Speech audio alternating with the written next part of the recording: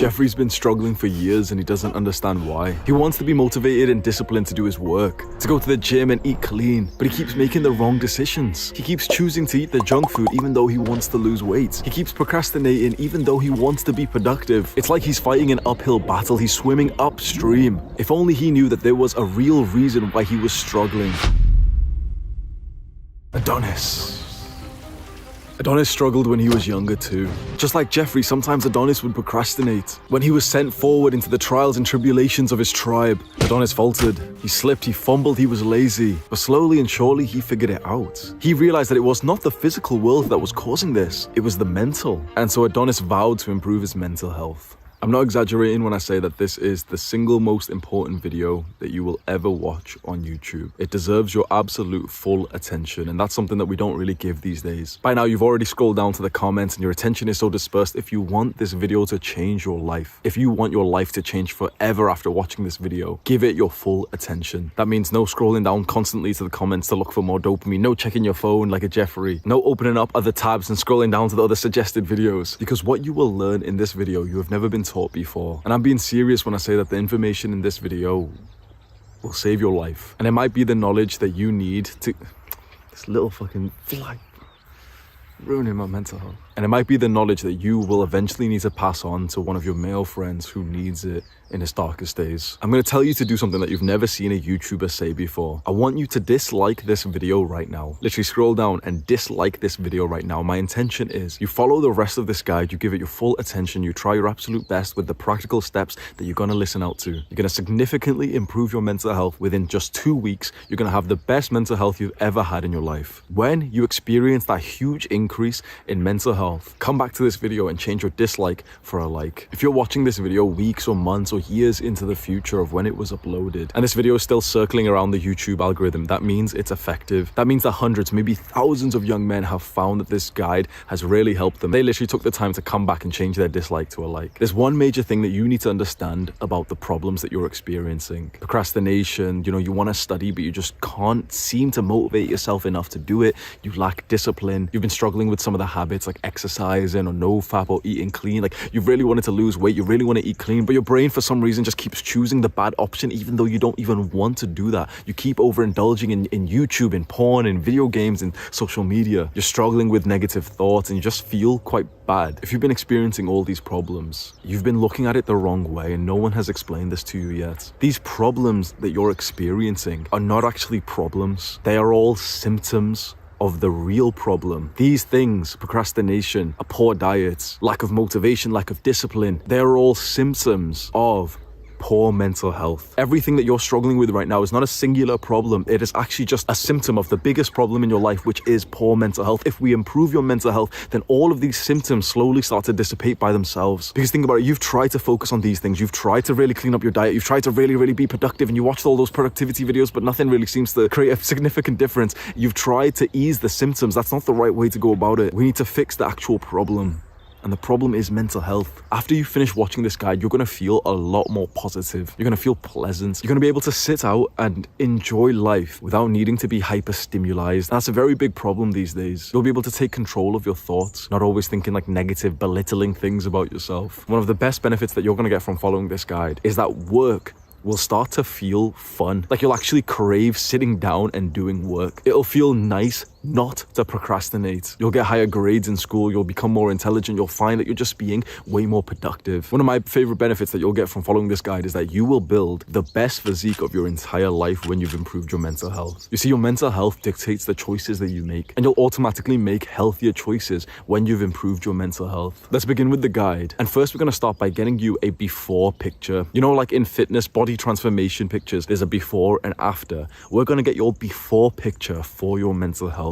And that is your mental health score right now. The top link in the description is the UK's National Health Service. The NHS, they have a mood assessment which gives you a depression and anxiety score. Click on that top link and follow that quiz. It takes like 2 minutes. This guide is going to be very practical. I'm going to tell you a bunch of times to scroll down, click on this link, do this right now, do this. Make sure if you really want this guide to change your life, you follow every single practical step that I give. You need to adhere to those practical steps for you to really invest into this and take it really seriously. So now is the time. Pause the video and go to the top link in the description and and take that free online assessment. And then once you've done it, you'll be given a depression score and an anxiety score. Take a picture, note that down, save it on your phone, take a screenshot, find a way to save that. You should only continue watching this guide if you have your depression and anxiety score. Our goal with this guide is to halve the symptoms, half the numbers that you have. So if, for example, you got 14 for depression and 16 for anxiety in that online mood assessment score, we're gonna half it to 7 for depression and 8 for anxiety in just 2 weeks. That's the goal for this. I will feel like my work here is successful and I will feel proud of myself if you have half those symptoms in 2 weeks from now. I'm gonna tell you my story related to mental health, and you can skip this section if you want to, if you just wanna go straight into the guide. Although I do think there is gonna be some kind of value if you sit through and just listen to my story, because you'll find that you'll be able to relate to me, and the more you can relate to me, the more that you'll kind of take my advice seriously. I didn't realize that mental health was a thing up until just a few years ago. But when I look back, especially at times in high school when I was 14, 15, 16 years old, I was definitely experiencing the symptoms then without realizing it. I was having quite negative thoughts. I was quite anxious, always like worrying about, if the teachers would call my parents and tell them that I was misbehaving. I struggled a lot being able to concentrate in school. So imagine you're in the classroom and the teacher, is at the front of the room and she's trying to teach you something. She's writing down on the board, she's talking to the class. And I would want to concentrate. I would want to get high grades in school. I just couldn't concentrate on what she was saying. She'd be talking to us and my mind would just be thinking about other things that were totally irrelevant to my studies. I was very consumed in video games, and this is a psychological term called escapism, which is kind of like escaping reality and instead going into this virtual reality where we can be and do whatever we want. Because in real life, I was a sad, anxious, lonely, abused little kid with not a lot of confidence, not a lot of friends, no attraction from girls. But in the virtual world, in the video games that I would play, I was a warrior, I was a chef, I was a knight, I was a magician. I got to try all of these different lives. And so it was so nice to be able to play video games and really just obsess over them in my mind. I had other symptoms as well. I was binge eating. So imagine a 14-year-old and I just had this uncontrollable urge to just eat as much junk food as possible. Why was this happening? Why did I have poor mental health at this age? I was traumatized and I was getting more and more trauma every single day. I was being abused at home, abused by my family. I was being abused in school. Honestly, school was traumatizing by itself. When a teacher is unhappy with you and you can't concentrate, or maybe, I was talking in class and the teacher, like a grown adult, would get close to my face and scream and threaten me. Some of the teachers knew what was happening at home. I was getting abused. I was getting physically, emotionally hurt by my parents, by my brother. And some teachers knew what was happening and they would threaten me. They'd look me in the eyes with a certain look on her face and just say something like, "I'll call your father and we'll see what he'll do to you. We'll see what he has to say about that." I was going to say when you're young, but honestly at any age, if you feel compulsively unsafe and you kind of have to stay in that situation, you can't, fortunately be able to leave your home or get out of a dangerous situation. When you're stuck there, you're stuck with your family, you're stuck in school, your body and your nervous system and your mind deteriorate very quickly. And suddenly you're put into this everlasting fight or flight feeling. And you can probably relate to this. If you can relate to the experiences that I've just spoke about, and you've experienced things like trauma and parental abuse, and you can probably relate to this feeling of your fight or flight system just always being activated. So there's two systems inside of our body. One is the fight or flight and the other one is rest and digest. So the rest and digest is what should happen 99% of the time. Your heart rate should be low. Your entire body and all your organs and all that sciencey stuff is just working exactly how it's supposed to. And maybe 1% of the time, every now and then, in a moment of extreme stress and danger, we should kick into fight or flight and, really kick in. This is actually a good system to have. We shouldn't hate on the fight or flight system inside of us. It's just that sometimes, especially in the nature of child abuse, when you're stuck in that environment like I was when I was a child, and realistically, if I give you a very specific example, I don't want to create pictures in your mind that can trigger you or anything. So you should be warned that this entire video is going to be discussing mental health, abuse, trauma, everything, anxiety, fight or flight, everything, stress. So just be warned that you will feel yourself getting triggered in a trigger. I don't like that word because too many soft people have used it, but you will find your emotions, if you're really aware of them as you watch parts of this guide, will be spiked, and that's okay. Just be aware of it as I tell you the story, or you can skip forward. So a realistic example of something that's practically happened in my life, let me give you one example so you can so you can know. In high school, we had these planners. That's what we would call them, planners, which is like a booklet which has like the days of the week, and you put in your homework there, and there's like comments from teachers. So if you got a comment from a teacher, it was usually like a bad thing. You know, the teacher would like say, okay, give me your planner. And she'd write a letter to your parents right there, and you had to show it to them and stuff. And so my dad would check my planner every couple of days, every week or so, to see what homework I had. And there's this one particular time where he asked me to see it, and he saw that there was a homework that, you know, had been set. And then he noticed that homework was due tomorrow, like the day after we were reading it. And within an instant, he slapped me hard, and he got angry, and he's like, why have you left it for the last day? It was just a small, I forgot what it was, but it was essentially like the teacher set it on that day. So she set it on that day, and she said, oh yeah, just like quickly do it for tomorrow. And just like that, like I still remember it to this day, and I've made a lot of progress that I don't really feel activated as I tell you the story, which is a very, very good sign. I can't explain to you like how much, I will tell you more of my story, but I can't explain to you, like I've put in a lot of work into this. But that was just one experience. And so that one experience of your caregiver suddenly attacking you, you know, it jolts that fight or flight system inside of you, and suddenly as a little kid, like you feel defenseless, and you know, like I'm like a freezer. Every time I would get hit by my parents, I'd just kind of freeze there and just stop. Other kids, maybe they'd run away, other kids they'd like fight back or anything. I was always a freeze, and so when this would happen, I'd freeze. My dad screaming in my face, being violent, being aggressive. Then my mum would come in, and it's like, you know, just chaotic in the family. Like, just one experience like that can be traumatizing. And so trauma is when, we'll go into this more often, but like, as I tell you these words, I don't particularly feel activated, but I can tell by the way that I'm talking, my mind keeps like going blank for a split second. I keep stopping my sentences. You can see that it still affects me. And so just one instant, like the story I've just told you, that can be traumatizing of itself. Your caregiver attacking you, you being really scared. And so you can literally get a form of PTSD from just one instant like that. But if you've experienced childhood abuse, you know, by your parents, and it's consistent and it's over the long term, hundreds of incidents like that, that's when this like mental health issue really starts to get a lot more serious. And so when I'm about 15, 16, 17 years old, this is when I first start to notice violence, aggressive thoughts in my mind. And I've never really been a violent person. There's only been a very few select times that I've physically hurt another man. I've never hurt a woman physically before. There's been a few times where I've like fully hurt a man. But I've had a lot of violent thoughts, and they started around age 15, 16, and it didn't feel abnormal. You know, sometimes you don't really question the kind of thoughts that you get because you're just so used to them. When I look back now, and I don't really get these kind of thoughts anymore, there was a lot, and it was very worrying, because maybe you're experiencing this, like, you've got to understand, I feel like this part of the video is all over the place because I'm like recounting experiences. I don't know if there's going to be value in the words I'm saying right now, but I will sort of reframe myself soon, take a big deep breath after we're done with my story, and then hopefully I'll be able to instruct you for the rest of the course.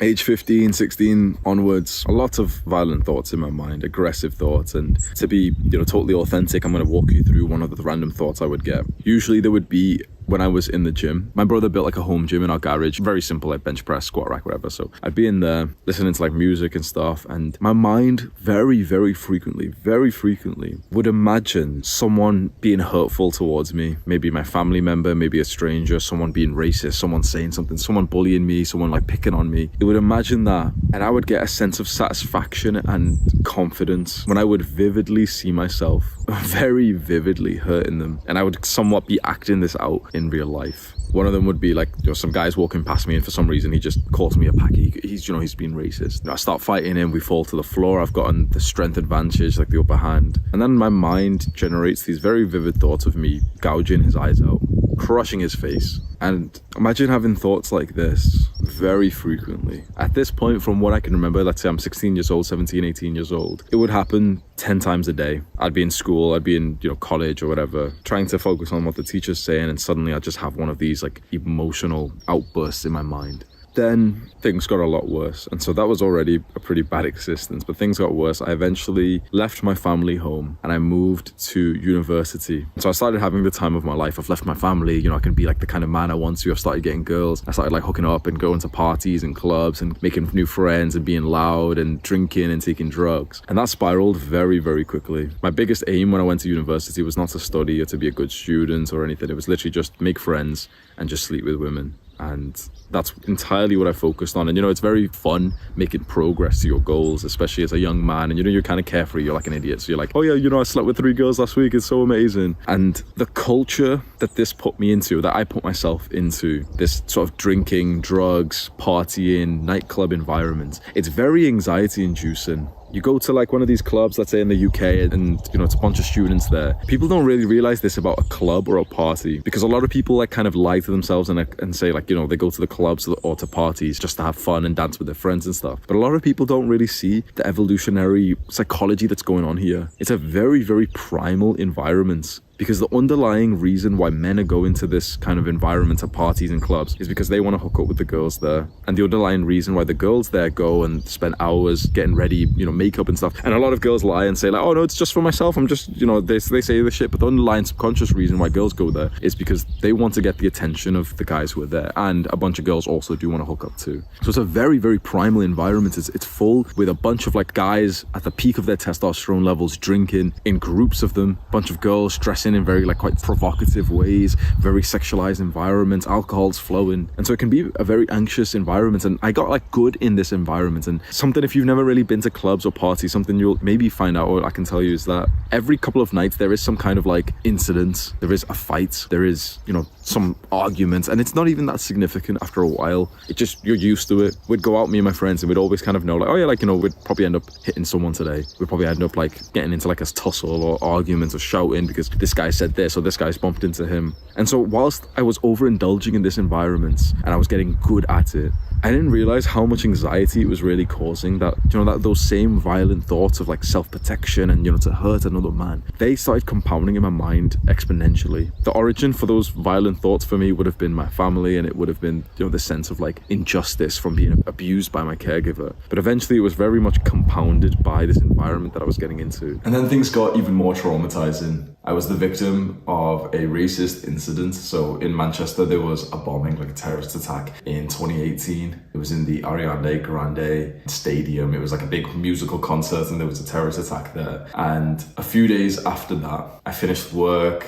I go to the train station to go home, and there's just so much commotion, there's yelling. And what was happening was that there was 2 guys who were drunk, who was screaming and being racist at a Muslim woman wearing like a hijab and her little girl that she had, like, holding her close. They're screaming in her face saying that you bombed us. Like, they're blaming her on the attack. They're just, they're crazy. These guys are crazy and everything. But I remember getting there, seeing this, and something just came inside of me for the first time. Like, this was before I could fight. This was before I was strong. I just started yelling at these guys, swearing at them. It enraged me. And I think what enraged me more was not so much just the racist guys, but the fact that there was lots of other people on the train station just kind of like buried into their phones, trying not to pay attention to what's going on, all the commotion, and even the staff who work there. But I get into like a verbal commotion with these guys, and it gets kind of scary. There's 2 grown-ass drunk men in front of me screaming at me, calling me like Packy and everything. I get onto my train eventually. I'm calming down a little bit, and just out of nowhere they walk past me and sit close to me. And for like a 20-minute train ride, they're just swearing loud, racist, everything. Everyone's silent on the train, and we get off. Well, I get off first. I look back and they stand up, and they see me stand up, and they're like following me off the train. I text my dad, come like help, this racist. I literally still remember texting my dad this because he was waiting outside to pick me up, and I texted him this message saying, racist on the train, come inside quick. And he starts calling me, but I tell him I can't pick up. I don't know why I didn't just pick up and go on the phone call, but I tell him like, come inside. And I walk downstairs in the train station. He walks past me, he's like, wait, what's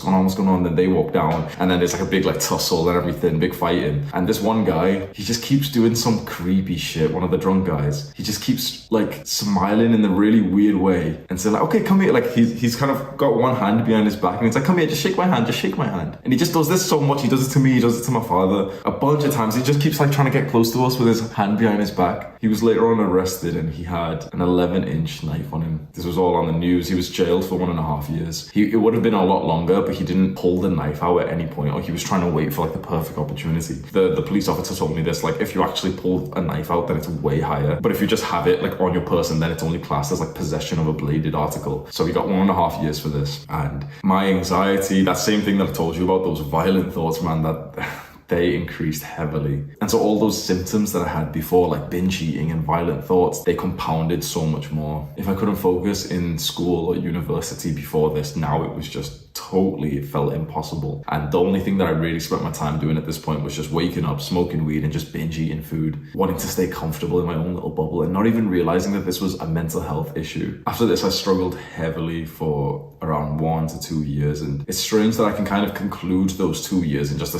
single sentence. Like, yeah, I struggled heavily, but when I think back to those hundreds of days where I woke up feeling depressed and so anxious, where every single day I was seeing the physique that, meant so much to me. Like, fitness means a lot to me, and I was seeing my physique and my strength and my skill and my endurance all just go down every single day because I was choosing comfort over discipline. I was just somewhat like scared to leave the house. I never wanted to admit it, but I just, it felt so much more comfortable to think to myself, yeah, I'll stay in all day. I got into a relationship that was pretty toxic and not very loving, and that was my responsibility. That was my fault. I'll take full responsibility for that. And it's sad, man. I experienced somewhat of the height of my life at the start of university with like friends and partying and girls and everything. And my life just went straight down, all because of mental health. But what's interesting is that through all this, I didn't even know that mental health was the problem. It became more apparent to me after I finished university and I started looking for jobs. And I got into that young person's existential crisis, which you don't know what to do with your life. The jobs you're working aren't really that good. I started working a customer service job in a complaints department, which literally would make me cry. And this is when I started to look into entrepreneurship and online businesses, but I literally always struggled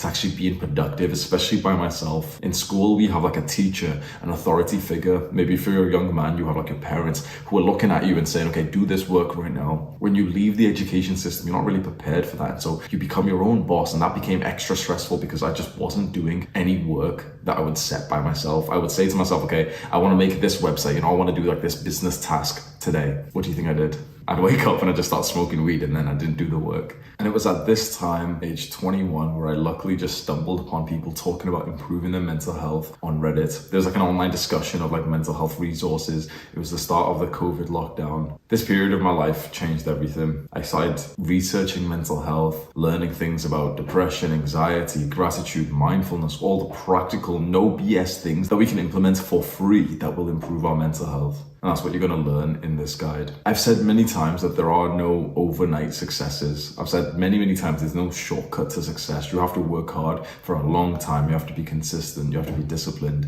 But if there is one shortcut to success, it's improving your mental health. I discovered mental health and I started to actively improve it. And I promise you that this is the case. Within 2 weeks, my life changed forever. Within 2 weeks, I left that relationship that was kind of toxic. I've not really gave many details about it because I spoke about it extensively in previous videos. Plus, I just don't want to really speak about it too much. But I left that relationship. I was living with her. So we lived together in an apartment. I moved out, finally moved out. I quit smoking weed. I quit eating junk food. I moved back home to my parents' house in the middle of COVID. And I literally got into the best shape of my life so far. I got ultra lean. My diet was fantastic. I started meditating for 20 minutes, then 40 minutes, then 60 minutes a day. I was journaling. I was working on businesses. I had the quickest turnaround of my entire life. And that really just snowballed into the success that I have today, which I feel is massive. I want the same thing for you.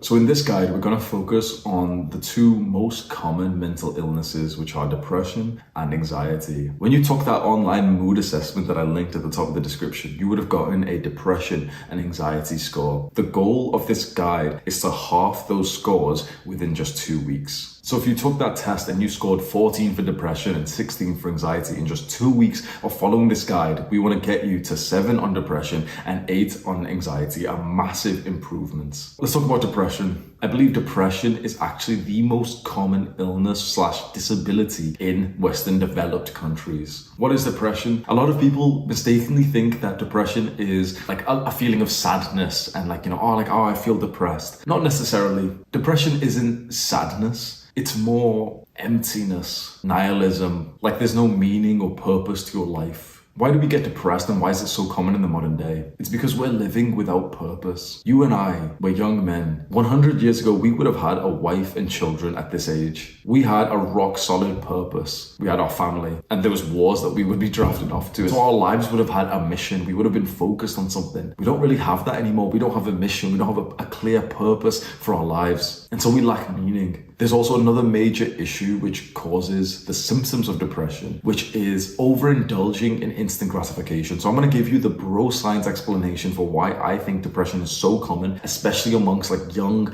unproductive people. You need to learn two terms: instant gratification and delayed gratification. Instant gratification comes from the activities that we do that feel good right now, but they kind of make our life worse in the long run. So this is things like porn, video games, watching TV, eating junk food. All of those things feel good right now. They feel pleasurable. We want to do them right now. We're really motivated to do them right now. But we kind of know that it makes our life worse every time that we overindulge in those things. And, we play video games for like 6 hours. We kind of realize, oh yeah, I just wasted a bunch of time, which I should have been doing my work in. Or we eat the junk food and it tastes really nice on our lips for a few seconds, but then we just think, oh, why did I eat that? I've just gained so many calories. So instant gratification activities feel good right now, but make your life worse in the long run. When we overindulge in instant gratification activities like porn, video games, junk food, like the majority of us are doing, our baseline happiness, enjoyment, and fulfillment of life goes down and down and down. We get like a momentary high from these pleasurable activities, but the baseline that we come down to goes down every single time we overindulge. And so the majority of us are overindulging in porn and video games. And so our baseline happiness, like our normal level of happiness and fulfillment,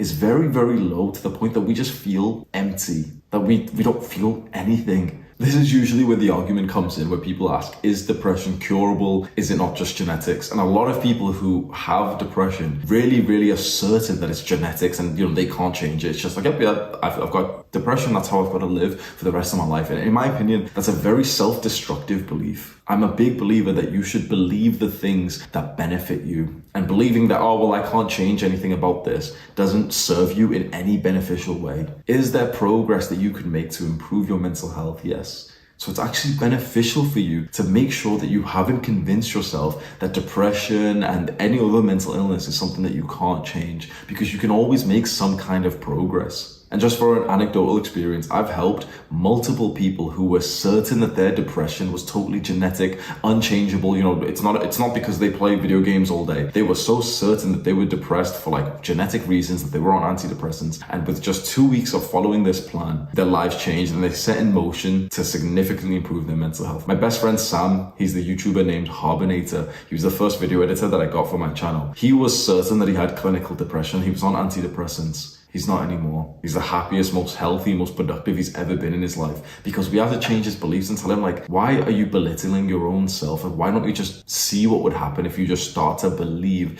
that you can make some progress here? And that's exactly what happened. It's hard to convince someone who's so stuck in their ways, thinking like, nope, I can't change it because it's, the doctor said it's genetic. But whilst we're talking about all this, depression seems like the enemy that we want to fight against. It's a bad thing that's happening to us. I don't think so. I think it would actually serve us to be grateful for our depression. We can view depression actually as our ally. Depression is these emotions, which is kind of like a thermostat telling us that something is wrong with our lives, that we're living without meaning, that we're overindulging in bad habits. That's actually very beneficial when you think about it. Your body is literally giving you like an unpleasant feeling of like emptiness and purposelessness. You're getting that feeling on purpose to hopefully direct you into the right course of action. We should be grateful for depression, because if we didn't have this feeling that was showing us that we were on the wrong track of life, you wouldn't be watching this video today. You wouldn't have ever really cared about improving your mental health. And so how do you cure depression? First off, you need to stop doing the things that are causing you to feel that way, which is those instant gratification activities. And this is like a hard to swallow pill for a lot of people, because they really don't want to admit they're so certain that,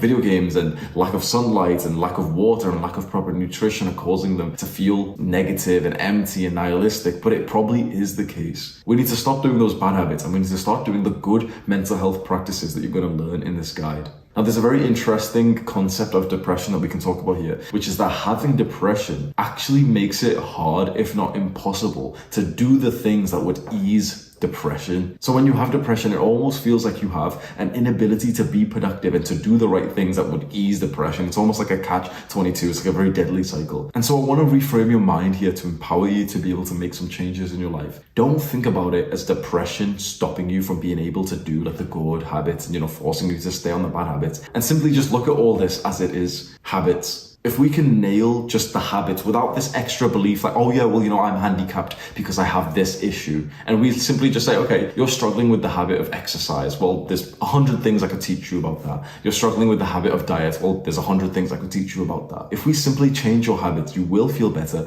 and your score in that mental health assessment will go down. And so now let's talk about anxiety. How does it feel to be anxious? It feels like you're hyper-vigilant. You're like really, really aware. You're overthinking about bad things that could happen. What's interesting is that anxiety is quite individual and unique in each person, like what their form of anxiety is. So my form of anxiety is about physical danger. My anxious thoughts have always been about like other people. And like, is this guy gonna attack me? It's always about like physical fight, violence. Whereas another person's anxiety can be social anxiousness. They could be like obsessively, like anxiously thinking about the social dynamics in this like group of friends that they're in. And they feel activated. And even though that seems like, wait, why would you be anxious about, a group of friends? That's still quite a primal thing. When you think about being accepted into the tribe, that's a very important part of animal and human nature. Anxiety can lead to panicking, fear, aggressiveness, and it even has very negative effects on your physical health. When you're anxious and hypervigilant, what's actually happening on a physiological level is that you're entering the fight or flight mode. So that's like the survival mode inside of us, which is keying in and really telling us, okay, do we fight this person or do we run away? And when that happens, when the survival mode kicks in, a lot of our normal body's processes are stopped so that we can allocate resources to like the real survival mechanisms inside of us. Now, again, I'm going to give you like the bro science explanation. You can go find like the specific scientific details if you want. But when you're anxious, it's like your brain and your body is telling things like, for example, your muscles to like get ready for fighting or for running away. But by allocating resources into these short-term survival things like, faster thinking and like stronger, more agile muscles, resources get taken away from more of our long-term health organs. So for example, a lot of people with anxiety also suffer from like gut problems, digestive problems, because that's like a long-term health thing which experiences like negativity because all of our resources are being allocated otherwise. I know this sounds like maybe too much information, but like if I have some kind of, intense anxiety moment, a few hours after that, I'm probably gonna have diarrhea. It doesn't happen anywhere near as much as it used to, but bro, I know this is like too much information, but you do need to know these things. Like I lived for years and years and years shitting 4, 5, 6 times a day. And never once was this cylinder, bro. It was always like liquidy pieces. And I know that's so much like information, but like, I think it's so important that you know the real unfiltered truths of a mental illness like this. Like, it's not nice. So why do we get anxious? Why does our body go into this hyper-vigilant state? Now, first of all, we have to understand, just like with depression, like this is something that we should feel grateful for. Anxiety is just our body's survival mechanism trying to protect us. It's just that sometimes when that survival mechanism kicks in, it kind of gets glitched, it kind of gets messed up, and it kind of stays on far longer than it actually should.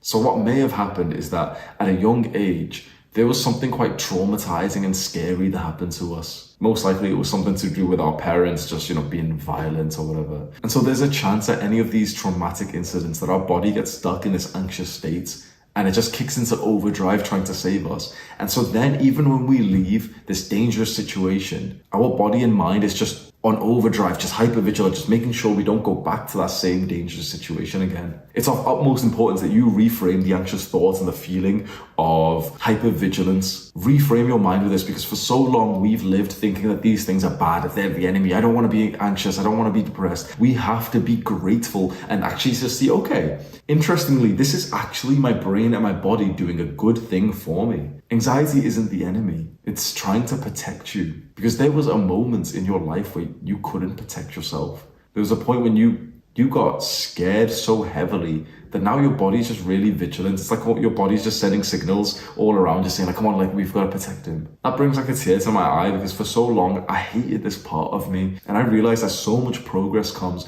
when you realize the utility, the value of depression and anxiety. How do you cure anxiety? I believe the single greatest tool, that the practice that you can implement, is mindfulness. And you're going to learn about that in this guide. Now let's go over the actual practical things that you can do to improve your mental health. And if there's just one tool that you take from this entire guide that you implement into your normal life, let it be gratitude. Now, gratitude is more like a trait, a skill. It's the skill of counting your blessings. So, in religions like Christianity and Islam, before they eat food, they say a small prayer. They say grace, that they're grateful for something. Gratitude is like the scientific version of happiness, because happiness, as you may know, it's kind of a wishy-washy emotion. You don't really know when you'd get happy. Sometimes you're happy for no reason. Sometimes you can't be happy even in a situation where you should be happy. Gratitude is the scientific version of that, which you can induce with total control. And if you follow the technique which I'm about to walk you through, your life will change forever. Gratitude is when you stop and you force your brain to think positive thoughts of things that you appreciate. And there's an important word which I just said, and that word is force. For a lot of people, thoughts of gratitude aren't normal. And so you almost have to manually implant them, forcefully implant those thoughts of gratitude into your mind. Try this actionable step right now. Pick one person in your contact list, one person whose number you have. Choose one person and send them a text message of gratitude. Send them a couple of sentences, maybe a paragraph, maybe 2 paragraphs of you saying, I'm grateful for you because of this. And just make it as entirely as positive and as loving as you can. So just before you send them this message, really just think to yourself, okay, pick the person in your mind who you're going to send it to. And think of some happy memories that you have together. Think of some positive things that they've done for you and things that you've done together. If you really just did what I said and really visualize the happy times that you've had with someone and how you're grateful for that, you can't help but smile. You can't help but feel happy about this. And it's so interesting that within just a few seconds, you've just put a smile onto your face. You've literally just induced happiness onto yourself. That's extremely powerful. And now you can induce that same feeling of happiness and gratitude onto a friend or a family member. So this is the actionable step to take right now if you really want this guide to help you. Pause the video right now and go onto your contact list on WhatsApp, text message, whatever. Pick one person and send them like a couple of sentences, maybe a paragraph, just of you saying that you're grateful for them. That's such a simple act what you've just done. You've literally just sent a text message and yet you've become happier because of it. You can see that the power of gratitude is massive and we don't utilize it enough. And so we want some kind of gratitude practice to become a habit for you. To maximize the benefits of gratitude, we want you to do a practice like sending that text message of gratitude every day. And if you can do that at the same time so consistently, that would transform your mental health to such a level that you might not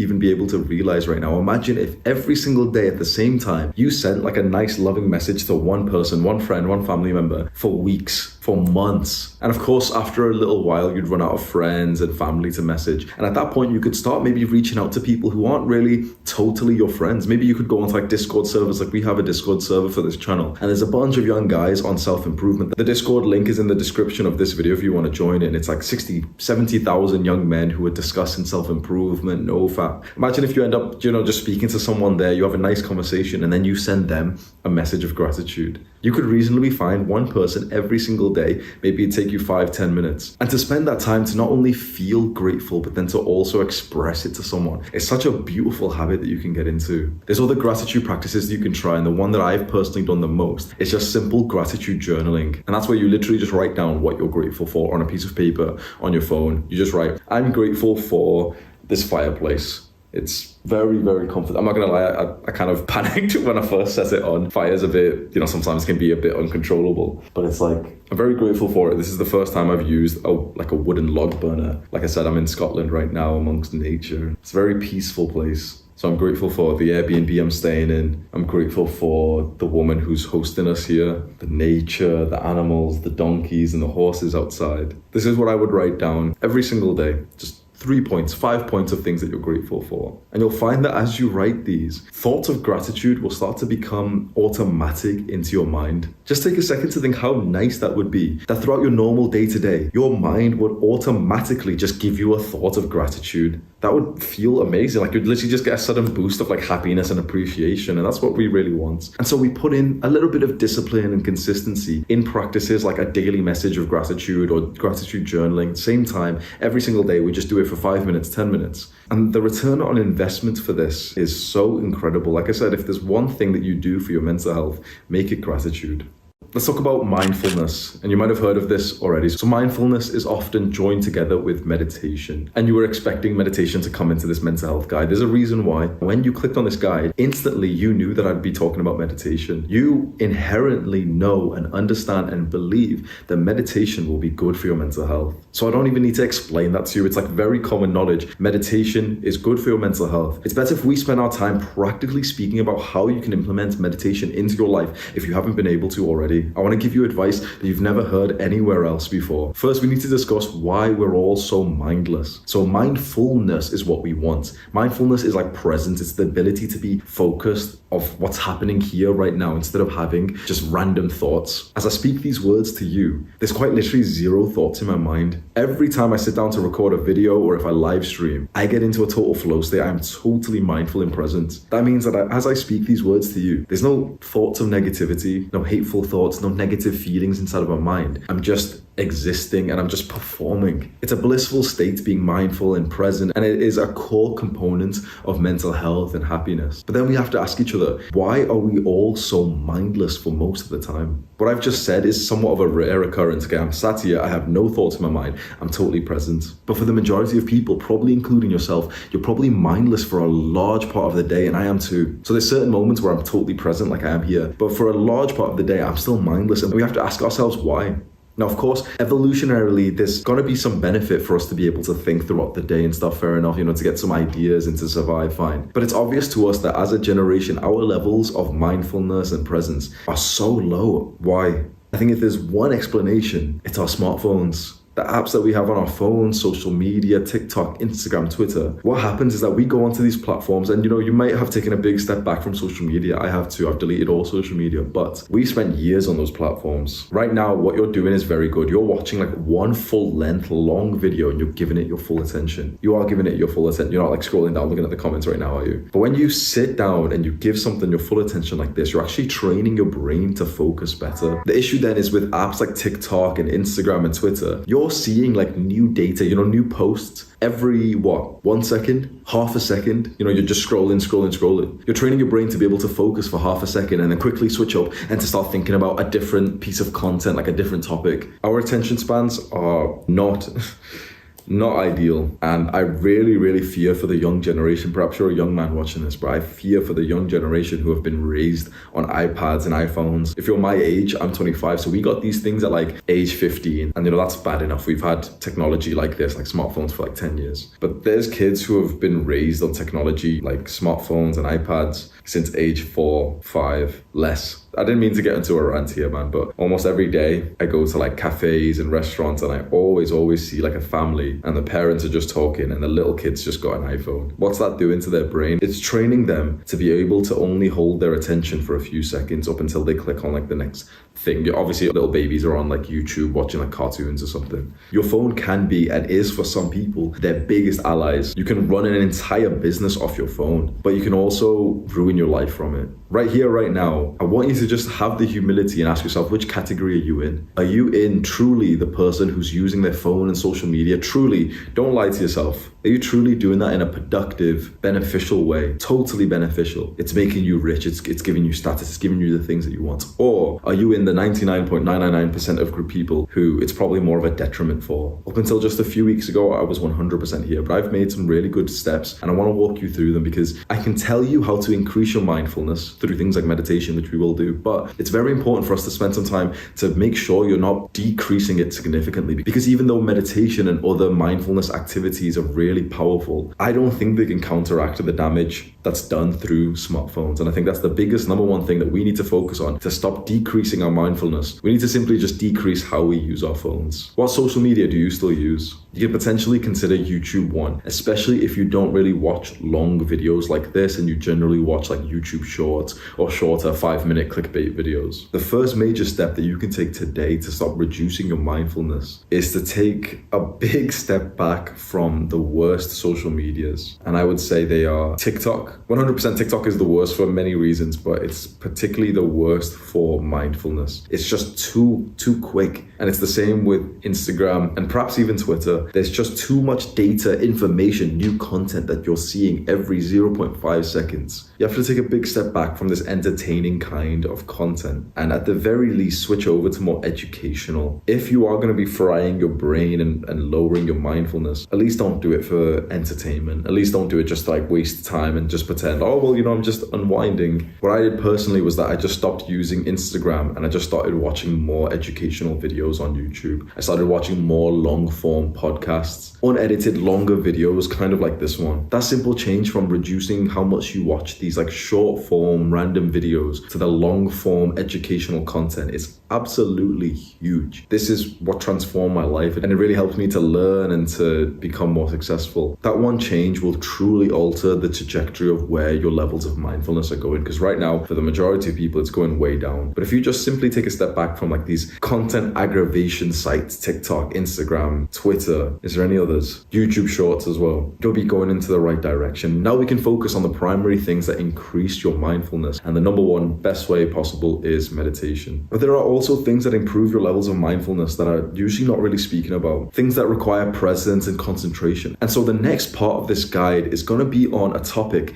that you might have not really realized is linked with mental health, and no one has ever really linked the two together. We'll discuss that shortly, but first let's just go through the benefits that you'll feel if you increase your mindfulness, and then I'll tell you exactly how to increase it. The benefits you'll feel: you'll be able to be present and actually enjoy what's happening. You know, there's a very sad reality of the human experience is that we can be in a happy situation and not be happy. It's very interesting, isn't it? There's been times when you should have been happy, you should have been positive, something good happened, and you didn't really feel that good. Interestingly, for the Stoics amongst us, or maybe you have a level of emotional regulation which is really good, there's been times when you probably should have felt bad, but you didn't. You felt kind of good. The more mindful you are, the better you'll be able to regulate your emotions. You'll be able to truly enjoy experiences instead of just being in an environment which should be pleasant and just finding yourself just overthinking about something irrelevant. You'll find it way easier with more mindfulness to make friends and to maintain really good relationships so much better. Because imagine if you and I are going to have an initial chat, we're going to have a conversation, I see you in my gym and you're like, oh my God, it's Hamza,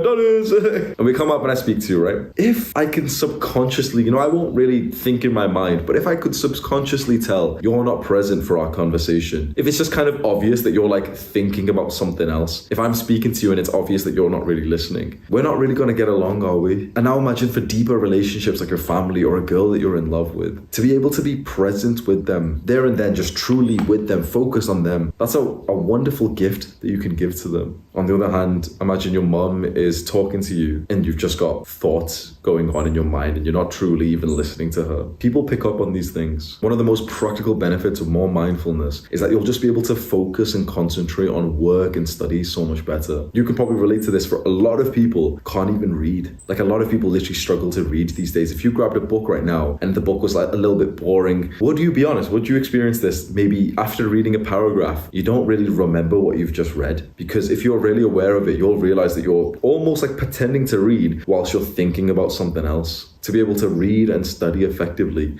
you need to be mindful. In fact, to be able to do almost anything effectively in life, you need to be mindful. So how do you become more mindful through meditation? How do you actually meditate? Because it seems like such a weird topic. We're going to do a very, very short meditation session together. And it's going to be unlike a lot of the sessions you may have tried previously, because I'm going to walk you through a very practical, no BS framework for improving your mindfulness with meditation. It's a 4-step framework. We're going to start at step 1, and that's to be mindful of something that's happening in the present moment. And so the breath is commonly used in meditation. So essentially just be mindful and present and aware of your breath. Just put all your focus onto your breath right now.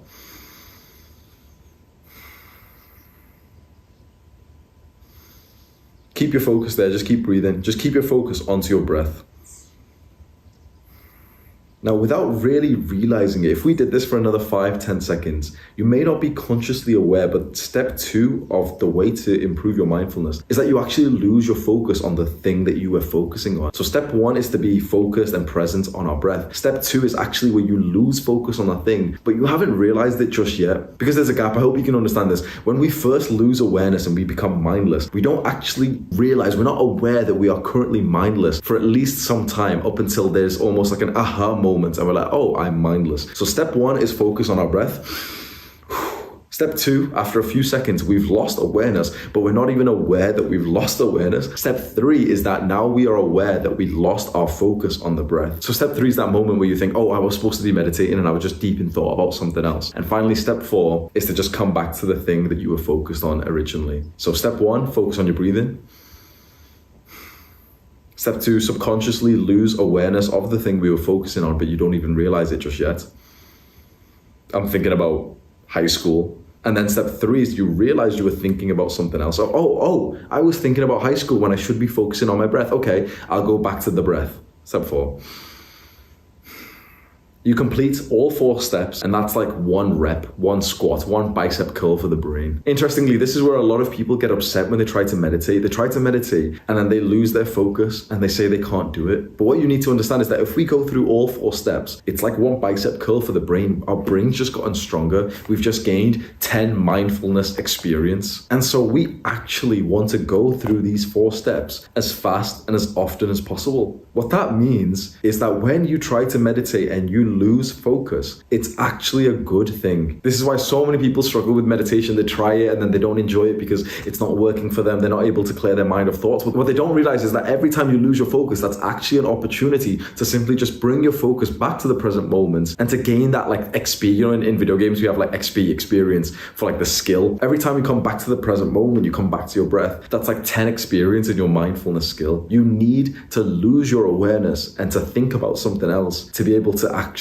gain more mindfulness. I'm recording a full meditation video that you can follow along to every day, and I'll have a card pop up on screen as soon as it's released. So click on that card right now and you can just load it up, save it to your watch later and start listening to it maybe every morning or every night time. The next tool to improve your mental health is challenging yourself. And you might not have ever considered challenges to be a tool for your mental health. But when we set challenges for ourselves, we enter what's called a flow state. A flow state is kind of like an extreme state of presence and mindfulness. So in the previous part of this guide, we just spoke about presence and mindfulness, and we said that's when you're able to focus on what's going on at the task at hand, you'll have no thoughts. But a flow state is when you're so focused that you lose track of the time. Suddenly 2 hours have gone by and you're like, wait, what? It felt like 20 minutes and I did so much and I was so productive. At least you just did more work, or I did better than I've done in the last week. It's only when we enter a flow state that we really tap into our ultimate potential. A flow state is what athletes call being in the zone. You might have heard that saying. An athlete will say, oh, well, I just entered the zone. That's a flow state. That's extreme mindfulness and presence. And that comes from challenge. You can only enter a flow state, being in the zone, if you've got some kind of challenge. And there's so many more benefits to this, not just your mental health, but increases in testosterone. When you challenge yourself and when there's some kind of competition, your testosterone rises. Setting yourself some kind of challenges where you're so focused will lead to more success and accomplishments, and it'll make you feel just happier and more proud for yourself. So this might seem like a weird part of this guide. We're talking about mental health. Why am I talking about challenges? But you see, when you set challenges, it just kicks your brain into overdrive and lets you just totally focus on something rather than like ruminating on negative thoughts. So the way that you can improve your mental health and also the rest of your life, how masculine you are, how successful you are, how happy and accomplished you are, is through setting yourself some kind of challenges that you can obsess over. For example, you could be reading a book and say to yourself, you know what, I'm going to finish this book by the end of the week. Or you could say that you want to go on 3 runs this week. You want to run for a total of 10 kilometers this week, and you're writing it down, you're tracking the data, and it's exciting because you're thinking, wait, it's Saturday and I still got 2 kilometers. I don't want to go right now. But you know what? Okay, I'm going to go on a run right now. That kind of aggressive energy makes you feel good. Working hard on a meaningful goal naturally makes us feel good about ourselves, especially if you are the one who has set that goal, that challenge. You know, it's an interesting thing that you go a large part of your life without ever setting yourself to do any kind of work or challenge because the teacher in school does it for you. We've been conditioned, I don't mean to go on a rant here, but we've been conditioned to wait for an authority figure to tell us what to do, to set us challenges and work. We need to become that authority figure for ourselves. It's like stand up straight with your shoulders back and say to yourself, okay, I am going to do this thing by this date. We can't always rely on the teacher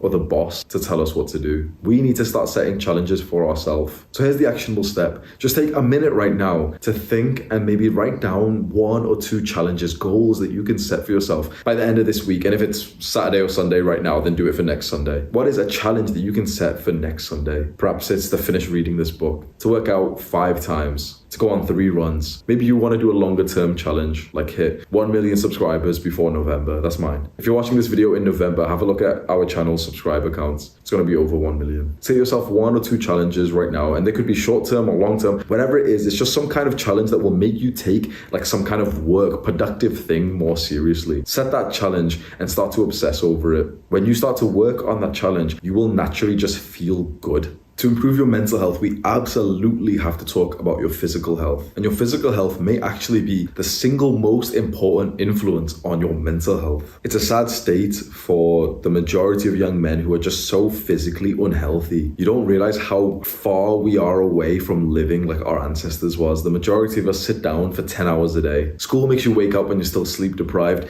We don't get much sunlight anymore. We don't have like high levels of testosterone with competition and challenge with our brothers. We eat food that's been genetically modified with pesticides and pumped full of refined sugars. There's a lot of things that are very negatively affecting our physical health. And you'll find that if you improve some things of your physical health, which we'll discuss here, your mental health will improve as an indirect result of that. This section of the guide is probably going to give you the biggest improvements in your mental health. But the reason why I've put this section on physical health after the few sections we've already spoke about, which is gratitude, mindfulness, and challenge, is that you actually need to do these things first to be able to make progress in your physical health. Just like everyone else, you've probably tried to improve your physical health. You've probably tried to like lose weight or go to the gym or improve your sleep or eat cleaner. It's probably always felt like a bit of a struggle, like you're swimming upstream. If right now you're struggling with things like to be able to go to the gym consistently, to be able to eat clean, you know, there's that decision to be made. Should you eat the junk food? And you know, rationally, you know that you shouldn't. But if right now you're still at the level where you just keep choosing the wrong thing, if you struggle to improve your sleep, if you struggle to improve so many different parts of your physical health, if that is relatable to you right now, please trust me when I say that any effort you make to try to improve your physical health will be a waste of time. I know this sounds so weird. If you struggle to try to improve your physical health,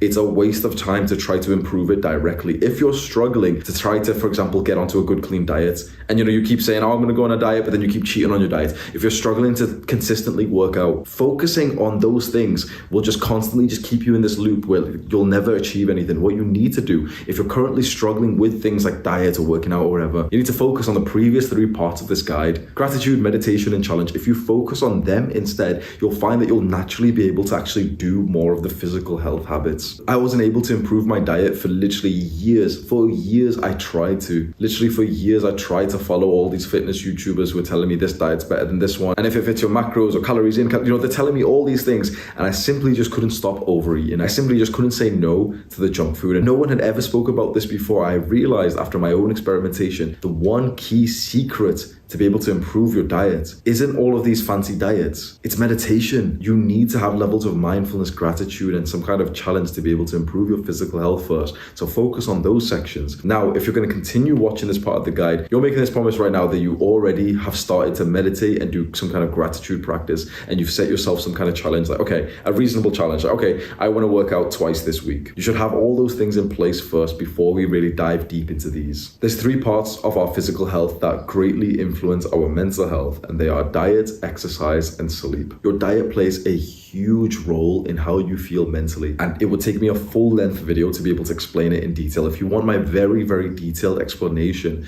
of diet and nutrition in a way that's explained in my way, which is like no BS, no fancy words, just, you know, just talk to me like I'm a 5-year-old so I can really understand it instead of all these like scientists telling me shit. I made like a 45-minute diet educational video that went viral, and I'll have it up as a card on screen, so you can click on that card right now and just pause that video and just maybe save it to go watch later, and you can watch that when you're totally thinking about diets. It would take me far too long to explain everything in terms of diet here, but just in short, what you know about diet and nutrition and your food choices is so limited. And the issue is that people who seem like they're educating you right now, you know, these fitness influencers, fitness YouTubers especially, they're all selling you this lie, which is based on like, you can eat whatever you want and you can still lose weight. And the thing is, that might be true. You know, calories in, calories out, if it fits your macros, those things might be true, but those Eating certain foods will reduce your health. That should not be a big statement. For all of modern times, we would follow this one golden phrase, which is that you are what you eat. And in the last 10 years, the fitness influencers have ruined it. You know, these fitness YouTubers, they're very famous and they make videos of them doing like 10,000 calorie challenges and they've got abs and they're like, look at me, I'm eating a donut. You can actually eat a donut if you eat the right calories. And okay, you can be lean and eat whatever you want, fine. But when we're talking about health, the issue is that if you eat something like a donut, which is full of refined sugars, it will mess up your gut microbiome. It will mess up almost like what's called the second brain of your body, which is your gut. It will mess that up and it will literally influence and deteriorate your genes. What we eat has a huge, way bigger impact on how we feel and how our brain works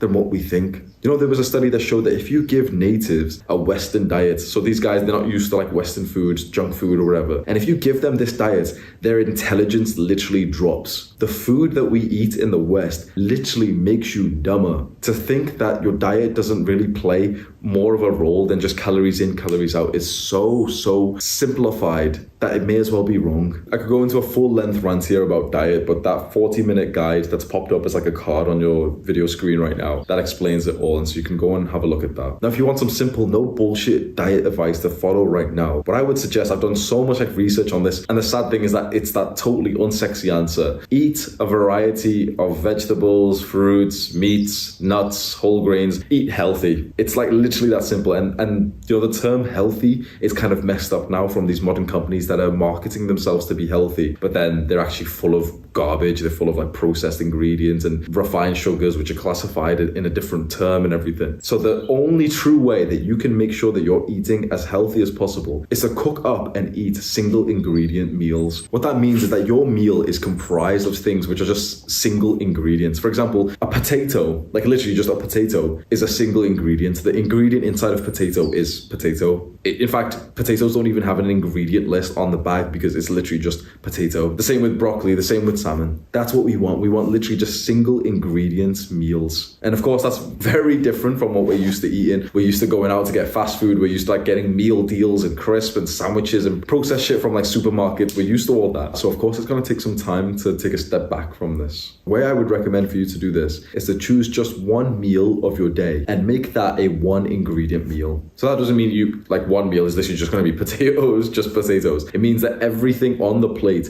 is a single ingredient by itself. So potatoes, salmon, broccoli, boom. That's a meal right there. That's a lot better than, for example, having a fish burger, which has been processed and it's got so much worse things. And you might be thinking, but wait, what's the difference? Because, you know, if the macros are the same, but it's not about the macros. It's not about the calories. That's such a simple view. You would have to watch the full length because it'll take me so long to explain it again. The food you eat has probably the biggest impact on your hormones and all those processes inside your body. And you've got to think, what will be happening to your mind and body if you eat like the majority of people? You're not like them. Honestly, like you're watching a video, a 40-minute, 1 hour, 2 hour long guide on mental health. Perhaps you haven't realized this just yet, but like you are literally so different. Maybe you're not at that point when, you know, you go do your own grocery shopping, but if you do, and when you go on to, you'll notice by following videos like this, education, you're probably going to go watch the diet guide and you're interested in like nutrition and mental health. But when you go out to like a supermarket, you're, you know, pushing your trolley around and it's got food, you know, the groceries that you're buying, and you kind of compared your trolley to the trolley of the average person next to you, it will look very different. The trolley of like a real athlete, not a fitness YouTuber, but a real athlete,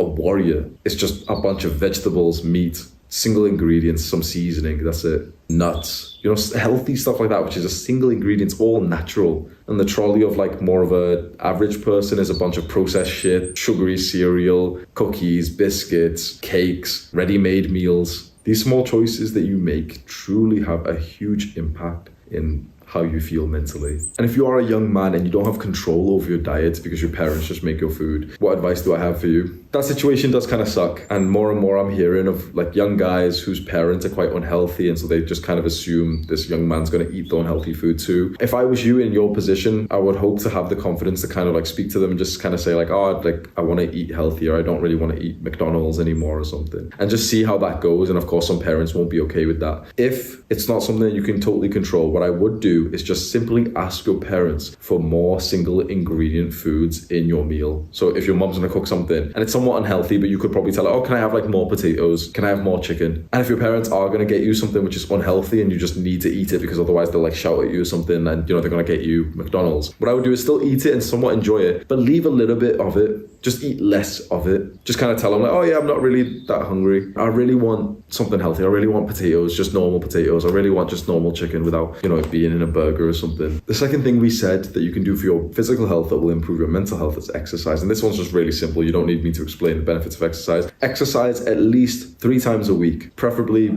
5 to 6, maybe even 7. One thing that a lot of guys on self-improvement mess up with is that they consider their resistance training, weightlifting, calisthenics, they consider that as the only kind of exercise that they do. And so when you're on a weightlifting program or a calisthenics program, you have rest days and you have training days, and maybe you train 3 times a week or 4 or 5 or 6 days. And you kind of just want to rest and not really think about exercise for the days that you're off. But in fact, on the rest days from weightlifting and calisthenics, you're still supposed to move your body. Our ancestors moved their bodies every single day. They did some form of cardio. To maximize the mental health benefits, you should work out for at least 20 minutes, maybe every single day, and just every now and then take a full day off. But even then on that day, you still don't want to like lounge around and just be sat on the couch and stuff and be sat on the computer chair for 10, 15 hours of the day. You still want to take time to walk a few kilometers every single day, to maybe go on a quick run, to do some random like shadow boxing, just something that gets you a little bit sweaty and pumped up. And the third and very important thing with your physical health that impacts your mental health is sleep.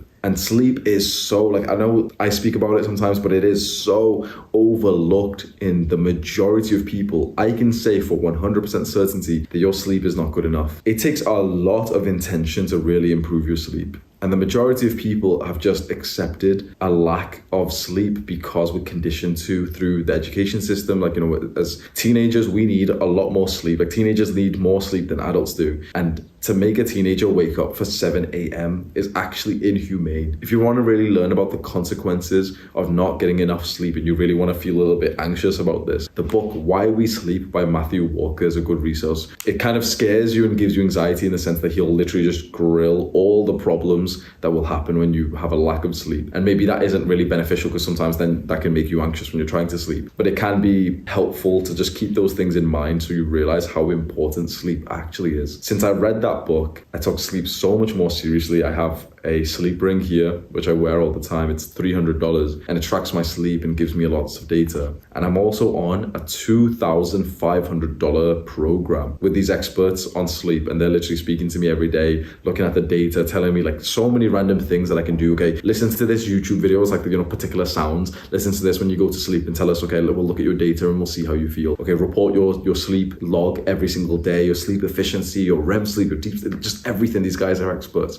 And I've been working with them for 6 weeks. We have a couple more weeks left. And out of all the things that I've worked with this coach, I've paid a lot of money for, I think there's 3 main benefits. There's 3 main learning lessons that you can take, and you've essentially just gotten them for free. So it's I'm sharing the learning lessons that I got from this program with you. The number one main thing that these coaches have put onto me that I've also heard from a bunch of experts, scientists, and there's one who's really famous on YouTube, Andrew Huberman. All these guys are saying that morning sunlight is incredibly important. It's one of the very few non-negotiables that I have with the sleep performance coach that I'm with, that every single morning, as soon as the sun comes out, you're outside, just kind of getting it into your eyeballs. Andrew Huberman explains this really well in a bunch of podcasts that he's done. So you can literally just search on YouTube, Andrew Huberman, morning sunlight. When you do this and you get sunlight into your eyes, first thing, as soon as the sun comes out, which in the UK right now, it's about 6 a.m. When you do this, you get it for 5 minutes, 10 minutes, 20 minutes. You'll find that you'll naturally wake up way earlier. And it's actually one of the things that just improves your health and your dopamine levels and all the sciencey stuff to such a great level. And think about why that is. Just think about what our ancestors did. They would wake up to the sunlight and just be out all day, whereas we wake up and we just stay inside. The only light that we see is the light from our phones and laptops. And one of the very important points that Andrew Huberman makes about this is that you must go outside for this. You cannot stay inside and get the sunlight from glass or anything, or inside of a car. You literally just have to be standing outside.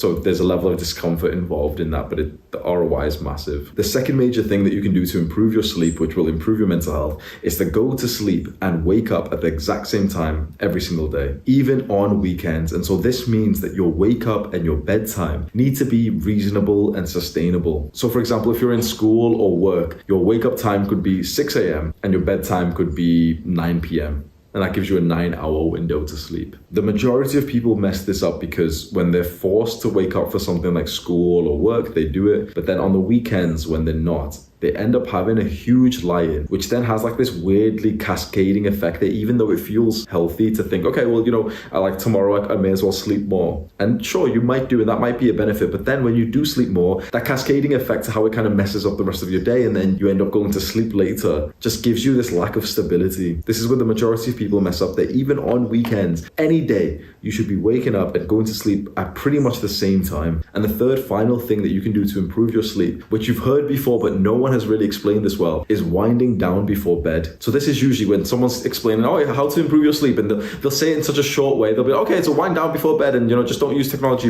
for 2 hours before bed. I would hear that advice and never really take it seriously, and you probably haven't either. Just be honest, when you've heard this before, wind down before bed, but you've never really taken the advice, and I understand now why, because no one has ever explained why that's important, what actually happens. Specifically, what we need to do is not just, wind down, that's not scientific. What we need to do is lower our heart rate before bed so that by the time we go to sleep, our heart rate is already at its lowest point. So when you have a tracker like this or an Apple Watch and you can see data on your heart rate, what we want is to spend at least 20 minutes, if not about an hour, doing the things that drastically lower our heart rate so that when we get into bed, our heart rate is already lowered instead of our heart rate being higher and needing to lower when we're trying to sleep. So this ring is very important. This ring is called an Aura ring. It's like $300. I'm not sponsored by them, but I think it's a very good investment. And it gives you, I'm going to show you some of my data to show you, right? This right now is data from a night where I winded down properly before bedtime. I spent like an hour, literally, I'm going to teach you the secret technique, which no one has ever spoke about in terms of winding down before bedtime. But I did the technique,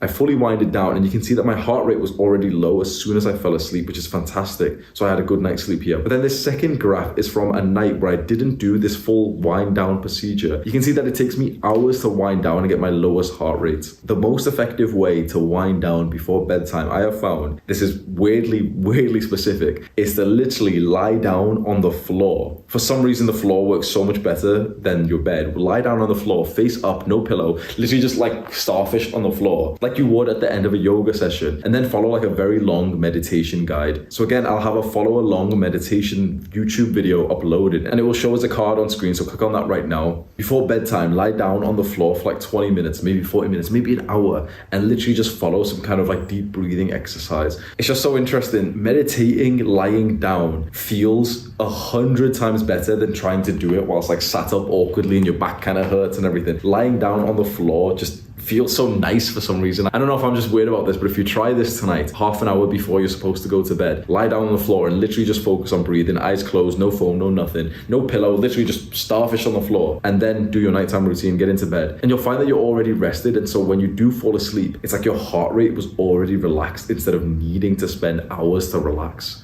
Social connection kind of means like having friends and family and people that you have some kind of emotional attachment to around you, people who you spend time with. There's a book on a Japanese concept, and in it says that the single greatest aspect of longevity is social connection. Longevity means living longer. The single greatest way to live longer is to have friends. If we flip that around and we have to discuss the lack of friends, loneliness. Chances are you've experienced bouts of loneliness, those periods where you don't physically spend time to anyone that you really care about. You don't really have like a bunch of close male friends who you feel like you can trust. You perhaps don't have like a girlfriend, love, or intimacy or affection. Your family aren't around, or maybe if your family are around, you don't have like a great relationship. You don't even hug each other. You don't even tell each other that you love each other. All of these things greatly will influence your mental health. I'd say loneliness is kind of like sleep deprivation in that it makes 100% of your life worse.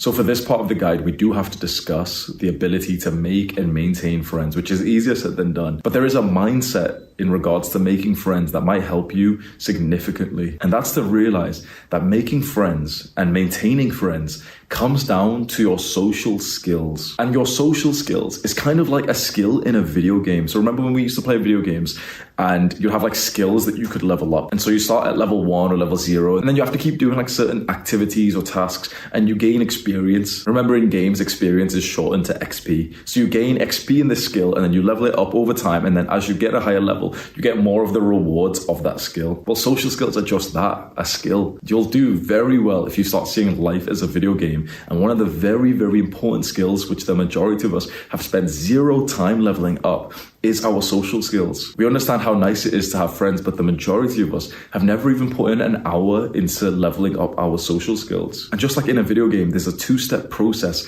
to level up. So we pick the skill that we want to level up. In this case, it's social skills, or in a video game like RuneScape, it's magic. And the first thing that we need to do before we can really even level it up is that we have to actually just simply learn what actually gets you experience in this skill. So when you first start a video game, it's like you have to click on like the informational card. You click on like the magic skill and it says, oh, well, you can gain magic experience by using this spell or doing this or this. That's the same thing we have to do with social skills. We have to actually learn what improves our social skills. And we can categorize certain activities that will gain us social skills experience so that this becomes very much like a game. For example, I'd say holding eye contact and smiling at a stranger, it gives you 20 social skills experience. Stopping to have a chat with them, if you initiated the chat, gives you 100 social skills experience. Conducting yourself well in that conversation with this stranger gives you 200 social skills experience. You get like a whole level up if you do that. Getting rejected, but maintaining a good positive mindset gives you 500 social skills experience. All we need to do is get out into a social environment and practice things like eye contact, smiling, speaking to strangers, having like a slightly longer conversation with the cashier at a shop. And then we can level it up. We can purposely go and try and get rejected by people. We can just go and ask people almost like silly questions just for the sake of experiencing some level of discomfort. You could go into a store and ask them, can I have that TV for free? And of course they're going to say no, but you weren't really trying to get the TV. You just wanted to experience the discomfort of just being in a social situation and getting rejected by someone. Congratulations, just by doing that weird activity, your social skills has just went up an entire level. The higher level that you have in your social skills, the way more easier you'll find it to meet new friends and also to maintain those friendships in a way more valuable relationship than you've ever had before. You need some humility right here, right now. And I know this is going to hurt. If you're watching a video like this, your social skills are trash. I'm never going to sugarcoat anything for you. When you click onto my channel, I will always tell you the total truth. I'd say 95% of people's social skills are absolutely trash. I would say mine are decent now, and I've been actively working on improving them for a little while. Answer this question honestly. Have you read books on social skills? Have you taken courses on social skills? Have you went out? Have you literally left your house with the intention, okay, I'm going to gain some experience in my social skills? Because the majority of people have never done that. Now, interestingly, there's a group of popular social people who have never necessarily improved their social skills. They've never, left their house thinking about social skills. They've never read a social skills book. And so you might be wondering, wait, they've not had to level theirs, but they're really popular, so what gives? Well, some people are quite fortunate enough to start with a positive feedback loop when they're young. Like they were just raised right and they just had like a cute baby face or something when they're 5 years old in primary school. And so everyone was kind of nice to them. They were nice to everyone else. And it's a positive feedback loop. And, they go through school kind of feeling kind of popular because they're just a nice, bright kid to spend time with. Chances are if you're watching this video, you're not that person. So we have to put in some more intention into leveling up this very valuable skill. I've made videos on social skills and I've even done a full Skillshare class on social skills, like a 1 hour and something masterclass on social skills, which I'll have pop up as a card. So click that right now if you want to gain more knowledge on leveling up your social skills. At this point, a lot of young men ask the same question, and it might even be in your mind right now. Where do I go to meet friends? This question has been asked to me so many times, and so many young men are always wondering, okay, where do I go? And the answers are always cliche and stereotypical. Oh, go to the gym, or try in school, or go for a walk and stuff. This question, and therefore the answers, are fundamentally not valuable. The question is the wrong thing to ask. You should never be asking, where do I go to meet friends? You should instead change the question to, who do I become to meet friends? I don't want to go into a full rant, but in the modern day, we are very, very weak. We're very weak and we seek comfort and quick results and instant gratification. So a lot of people, and probably you, and probably me for the longest time of my life, we wanted to know simply just, okay, where can we go to make it easy? Where can we go to, like, there's just an abundance of friends just waiting for us to meet them. That's not how it works. You can't just search for the quick shortcut and ask people, where can I go where it's easy to make friends? And then someone says, oh, go to a martial arts club. Oh, go to the gym. This never works. This advice never ever works for people. You know why? Someone will recommend to you, go to a martial arts club to make friends, because that's where they've made friends, right? You go, you've got a low level in social skills, and then you become that kind of awkward guy in the martial arts club who kind of comes in at the right time, gets changed, does the session, gets changed, and then goes off. You won't become that social butterfly guy in there just simply because you've shown up to the environment. It's not about where you go, it's about who you are. So you need some humility right now and really honestly answer this question. Have you made good new friends over the last few months? Do you often get into really nice, deep, loving, spontaneous conversations with strangers? Because if you don't, that symbolizes that you have quite a low level in your social skills. And that is the thing to focus on, not just simply like, oh wait, where should I go to make friends? It's who you should become. So let's ask that question. Who should you become to make more friends? If you want the mental health benefit of being surrounded by like a group of guys who actually really care about you, who want to grow with you, because that's so incredibly important. I told you my journey at the start of this video. When I left the city that I spent a bunch of time with when, I turned into a fuck boy, a party boy, and I was taking drugs, and I moved back home to my family's house. I moved home and I didn't speak to anyone. I wasn't using social media. I didn't even tell any of my old friends that I moved back home. I was just back home and I was just by myself for months and months and months. I didn't even speak. I didn't even have literally a single friend. I was reading the book, How to Win Friends and Influence People by Dale Carnegie. And as soon as I would learn something from it, I would set the book down. So, I learned okay, if you smile, people will like you more. If you ask someone a question based on what they're interested in instead of you, they'll like you more.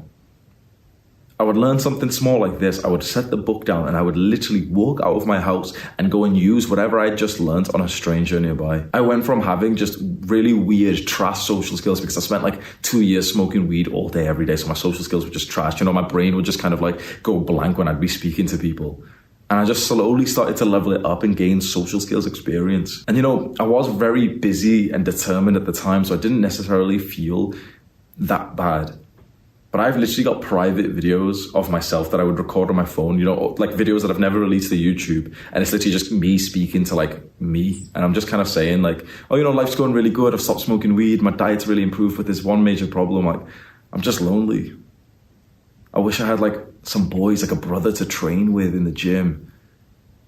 I wish I had people to talk to. After the YouTube channel started to grow and I hired my first employee, after a little while, we would hop on video calls and, just start laughing about stuff. And we ended up becoming very, very good friends. And he's my best friend to this day. His name's Sam. I wish for you to have what I have with him. A close male best friend who you can consider kind of like a brother who has your back, who for a fact would literally fight for you. That's incredibly valuable. A guy that you can be totally authentic with.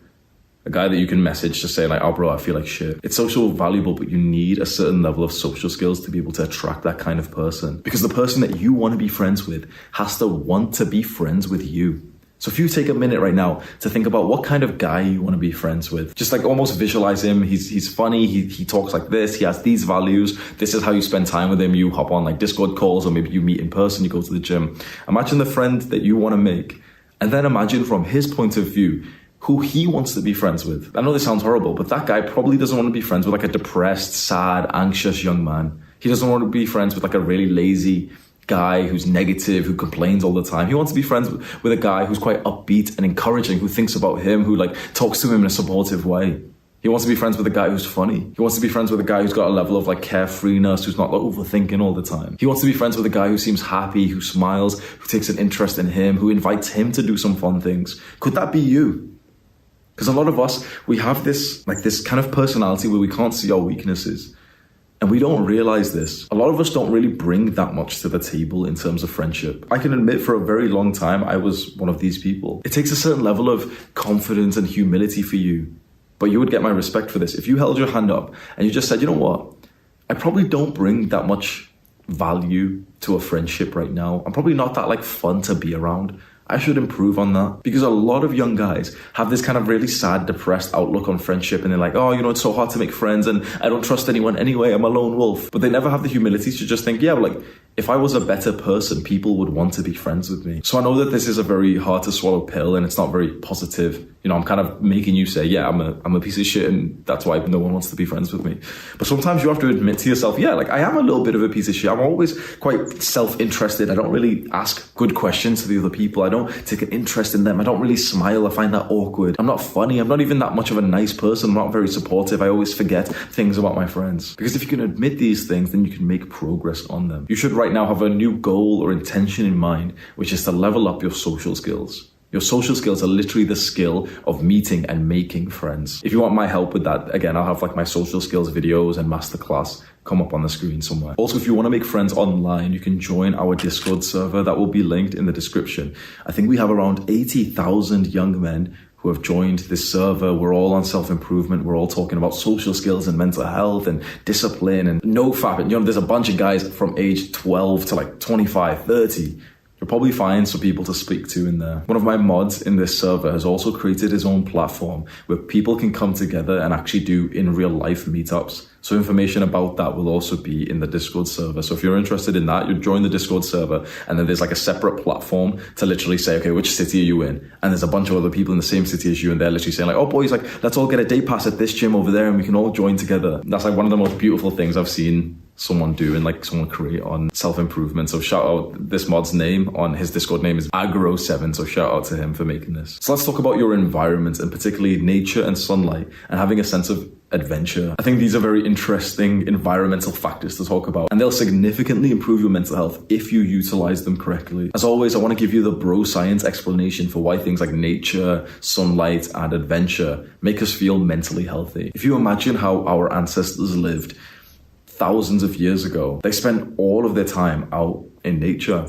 They would wake up at sunrise and literally be in the sun totally naked all day up until the sun went down. There's so many like new health benefits that are arising from people saying like, oh yeah, like, we should get sunlight on our balls and our asshole and stuff. Like people, like there's real scientific studies which are showing like your testosterone goes through the roof if you get sunlight on your testicles with no clothes on. Our ancestors were living like that just 24/7 and they were exploring. When I hear like the great tales of how humanity started, and I believe it started like somewhere in Africa and, there was tribes. Eventually a small group from this tribe led by a strong man decided to just adventure outward. And that's the story of every community, every tribe of humanity. It's adventure, it's travel. And we don't really do that these days. We travel to work or to the gym, but that doesn't really count. That's not even traveling or adventure, that's commuting. When was the last time you went on an adventure? Like a real adventure. When was the last time you left your house and didn't know where you were going to end up? Be honest. I like to think of the world, like the map around us, kind of like the map from Grand Theft Auto. You remember those games, GTA 5 or GTA 3 or GTA San Andreas? And you'd click on the map on this game and wherever you had previously been to would be sort of visible on this map. And anywhere that you hadn't discovered would be blacked out grey. So the idea is, okay, the map pretty much starts off as just blacked out. And as you explore more and more and more, the map kind of gets like opened up and you can see where you've been. If you imagine the map of your area around your home, your city, you feel like you probably discovered, quite a lot.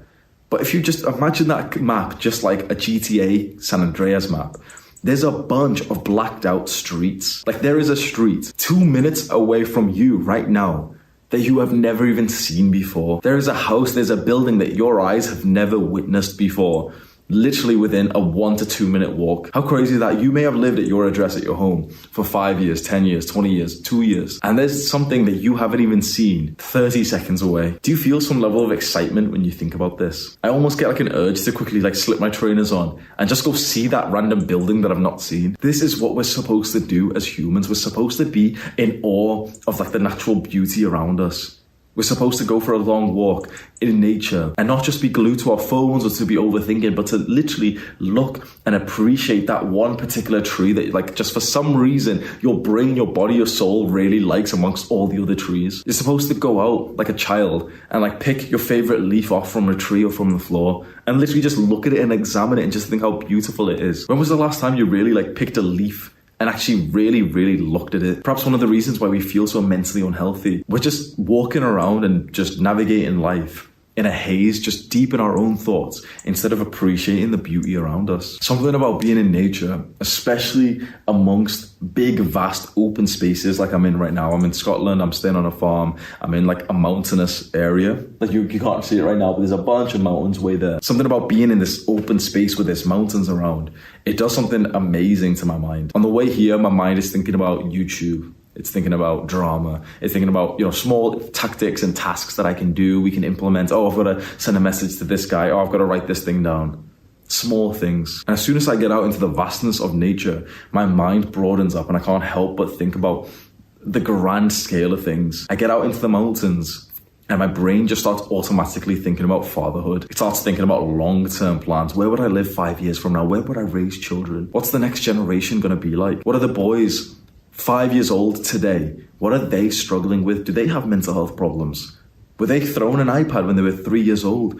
What will the generation of those boys become 20 years from now? I'm thinking about these grand things when I'm out in the grandness of the vast open space of nature. And yet we spend most of our days indoors, tiny little rooms, just staring into like a tiny little phone screen or computer screen, like you're doing right now. And then we wonder why our mental health is so bad and like our thinking is so consumed by like small things. And this part of the guide in terms of nature, sunlight and adventure, it's very, very close to my heart because again, that story that I've told you about that I was living in a city and I was just waking up and smoking weed and I was just staying in the apartment all day because there was the COVID lockdown. If you could almost like imagine how I was living, I'm living in this like small apartment with a girl that I didn't really even like. I'm waking up and just smoking weed straight away. I'm jacking off, I'm fapping just in the other room, even though I've got like a girlfriend there. I'm literally, that's how fucked my mental health was. I was just addicted to porn, just staying in like the computer room all day. And then think about the difference from that. And then I move home and suddenly like this idea of adventure just popped into my mind. And I'm going out and actually looking at like these vast open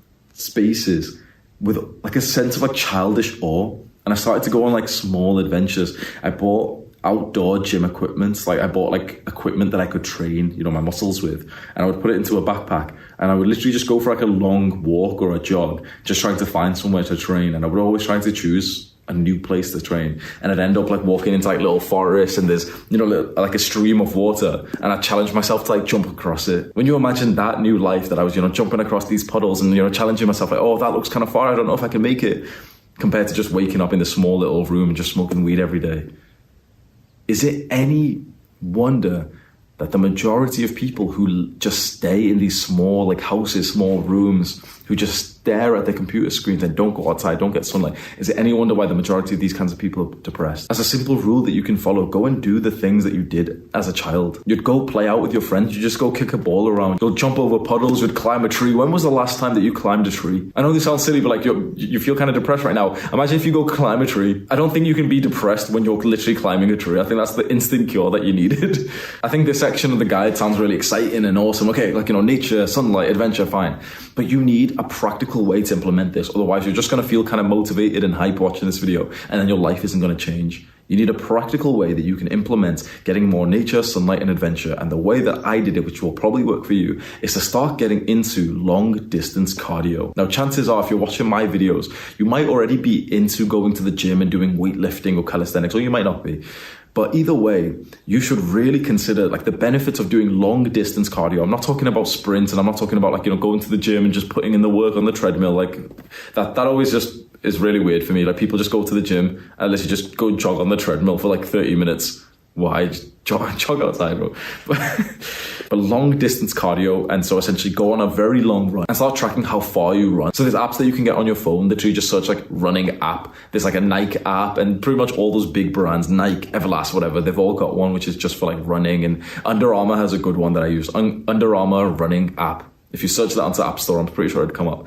And you just press start and it starts tracking like your map and sees how far you've run. Get into long distance running and start like challenging yourself to get to like 5K, 10K. You could probably do that in 6 months from now. But one very important part to get not only the benefits of the long distance cardio, but specifically the benefits of this part of the guide of nature, sunlight, and adventure, is to focus more on the adventure rather than the actual cardio. So go out for a run, go out for a long walk, go out for a bike ride, but don't think to yourself, okay, I'm only doing this just to get like calories or whatever. Think to yourself, okay, I'm actually going out for the purpose of adventure, and my vehicle for that is running or cycling. So that means that it's okay, for example, you're running, you're jogging, just looking around, being adventurous. There's a street that you've never went down, but you're pretty sure it's closed off, so you'd have to just literally run there, run back. And so it's not necessarily efficient for like cardio or burning calories, because you'd rather just run straight forward in a straight line. But you're like, nah, fuck it, come on, like I just want like a sense of adventure and excitement. You go there, look around, oh wow, like I've never seen that building before, and then run backwards. So technically, the amount of calories you burn doing this will be a little bit less than if you just focus on like just running on the treadmill or something. But the mental health benefit of just exploring and being in the outdoors and seeing things that you've never seen before is massive. And one final extra benefit of exploring with adventure and being outdoors, it puts you into a flow state. So remember previously in the sky, we spoke about the flow state being a moment of intense presence, a lack of like thoughts in your mind. You just focus on what's happening right now. But when you're experiencing some kind of adventure and you're looking around at a building that you've never seen, at like a park or a tree that you've never seen, your mind's probably going to be relatively quiet, which again will greatly improve your mental health. Kindness is another tool that you can use to improve your mental health. And I learned this from this free online course named The Science of Wellbeing. This instructor, like this professor, has made this course online talking about mental health. And she brought in this study which showed that people are actually happier if they spend money on others rather than themselves. So in this study, a participants are given like $5 and they're instructed, okay, go spend it on yourself. Go buy like a latte from Starbucks or something. Or another group of participants are given $5 and they're instructed, okay, go buy a gift for a friend. Go buy a latte from Starbucks for their friend. And they found a way bigger happiness increase for the people who spent money on their friends. And we know this too, being kind and generous makes us feel good about ourselves. There's a very interesting conclusion that we can come to. There's literally a higher ROI, return on investment, to being generous with your money, your time, your compliments, than it is to be reserved. Like the money that you could spend on someone, and of course, it's all relative. So if you're in a different country, you don't have to spend the equivalent of $5. It was all relative to the country that you're in. So essentially, if you spent the equivalent of around 20 minutes of the minimum wage of your country on a friend, that would probably be able to get you like a coffee, a drink, a bottle of water or something like that. If you got that for a friend and said, oh, I've got this for you, you would feel happier about that than if you got it for yourself. And you can scale this up massively. So that study just spoke about, a small gift of like $5 buying a drink from Starbucks for someone. But you can be a very purposeful, work-driven young man and be quite charitable or do some kind of work that helps others. I personally have found one of the greatest mental health benefits for my own self from the work that I do for this YouTube channel. I spend quite a while, and of course, it's quite profitable for me, to increase my status. I feel good about the success that I've built, the income that I've got. But the work that I do here is very purposeful. And when I receive comments and messages and emails and voice notes, and when I had Instagram, I don't have Instagram anymore, but like when I did have Instagram, I would receive, honestly, 20 messages a day, direct messages of people just saying like, you've saved my life, you changed my life. Thank you so much for your videos, never stop uploading. That made me feel amazing about myself. Kindness and generosity is linked to this feeling of being needed. And that's so utterly important. And we don't really have that. Like we live in very weird, individualistic times. What I mean by individualistic is that we're all kind of like separate people and we no longer see ourselves as being part of like a tribe. Even in your country, your community, you don't really think like, oh yeah, well, this is my man. He's in the same country as me. That means we're on the same team. You don't really think that. We don't have tribes anymore. We're not really close-knit anymore. And religion was an amazing way of life for this because we felt like we were in the same tribe as everyone that we went to church with, and we don't have that. The majority of people aren't very religious these days. We don't really have like a sense of community that makes us feel important. And so for the majority of young men, perhaps a reason why you don't feel so great is because you kind of feel that if you disappeared, nothing would really happen. Of course, your parents, your family would be upset, your friend would be upset. But in terms of the greater community, the majority of people wouldn't even realize if you just disappeared. And I know that seems really scary, it seems really dark to talk about, but that's something that, remember, we have to kind of talk and sort of admit these things out loud and then aim to change them. If we bottle them up and if we don't express these thoughts of humility to ourselves where we discuss our weaknesses, our weak points, then we'll never make progress. We need to hold our hands up as young men and say, you know what? I'm not even involved in my community, that if I just left today, no one would even realize that I'm not even doing any purposeful work that's changing the world in any positive way. I'm just working some minimum wage job in some place that I don't even care about. I'm not even helping anyone. There's none of my friends who really need me. It's so important that you become the kind of man who is needed. You become the kind of man who is doing such good work for other people that people need you. Because when you're needed, you can't help but feel this level of security, abundance, happiness, fulfillment, freedom for yourself. When you're not needed, when you're just another average guy who's working like, some job that doesn't really matter, and you just spend your free time online, you're not really doing anything. It feels like life is a bit meaningless and pointless. And this is where symptoms of depression arise. And so consider being kind, consider being purposeful, consider being generous, consider doing things for other people, for helping them to such a good level that you will feel that you are needed, that you will feel that other people are relying on you. And even though that's a level of pressure and responsibility, it's a good thing. Men are built from responsibility. Men are built from pressure. So many young guys are just living life without responsibility. They just wake up, go to school, go to work, and then just come home and just spend all day online, and then they complain why they're depressed. You need to take responsibility for someone else to become a man. If you are not responsible for someone else right now, I hate to say it, but you are not a man, you're a guy, you're a boy. You turn into a man when you take the responsibility of other people. And interesting, masculine things will happen to you when you take responsibility of other people. I couldn't grow a beard for most of my life. All the men in my family could grow a full beard at age 16 to 18. I'm age 21, still can't grow one. But then I started this YouTube channel. I started working for the other guys that I care about. I started being purposeful. I started leading a mission of young men improving themselves, and suddenly I can grow a glorious beard. You will become more masculine. You will feel more like a man. You will feel purposeful when you start helping others. The reason why I'm speaking with so much emotion and conviction right now is because I wish I could speak to younger Hamza. I wish I could tell him. He doesn't even realize this, but I wish I could tell him that he's quite selfish. And I don't say that as an insult. It's just an objective fact. He only cared about himself. True progress comes when you start thinking about other people. And what's interesting, when you think about helping someone else, you actually help yourself to such a greater level. It's so easy to think, I don't have the capacity to help someone else. I don't have enough money to help someone else. What's interesting is that if you help someone else with their fitness, with their diet, your diet will automatically improve. If you start helping your fat friend lose weight, I guarantee your diet will improve more than you've ever seen it before, because now you're a leader, now you've got responsibility to be a role model. We as men need some kind of self-transcending purpose. Transcending means bigger than us. We need a purpose, a mission, some work, some goals that is bigger than us, that involves helping other people. For the last 2 years, I've dedicated my life to what you see here. I make this joke quite often to my friends. I left the 9 to 5, the 9 to 5 rat race. I left the 9 to 5. Now I work 5 to 9. I wake up at 5 a.m. and I literally just work up until around 9 p.m. I can't stop. I don't want to stop. It's like my brain is so focused on this because I honestly feel like I'm changing the world with this work that I do. I feel like I'm saving hundreds of men, thousands of men. That makes me feel mentally happy. It makes me feel so important, and we need that kind of feeling. And you shouldn't belittle yourself right now and think, Hamza can do it because he's got a YouTube channel, but I don't have one.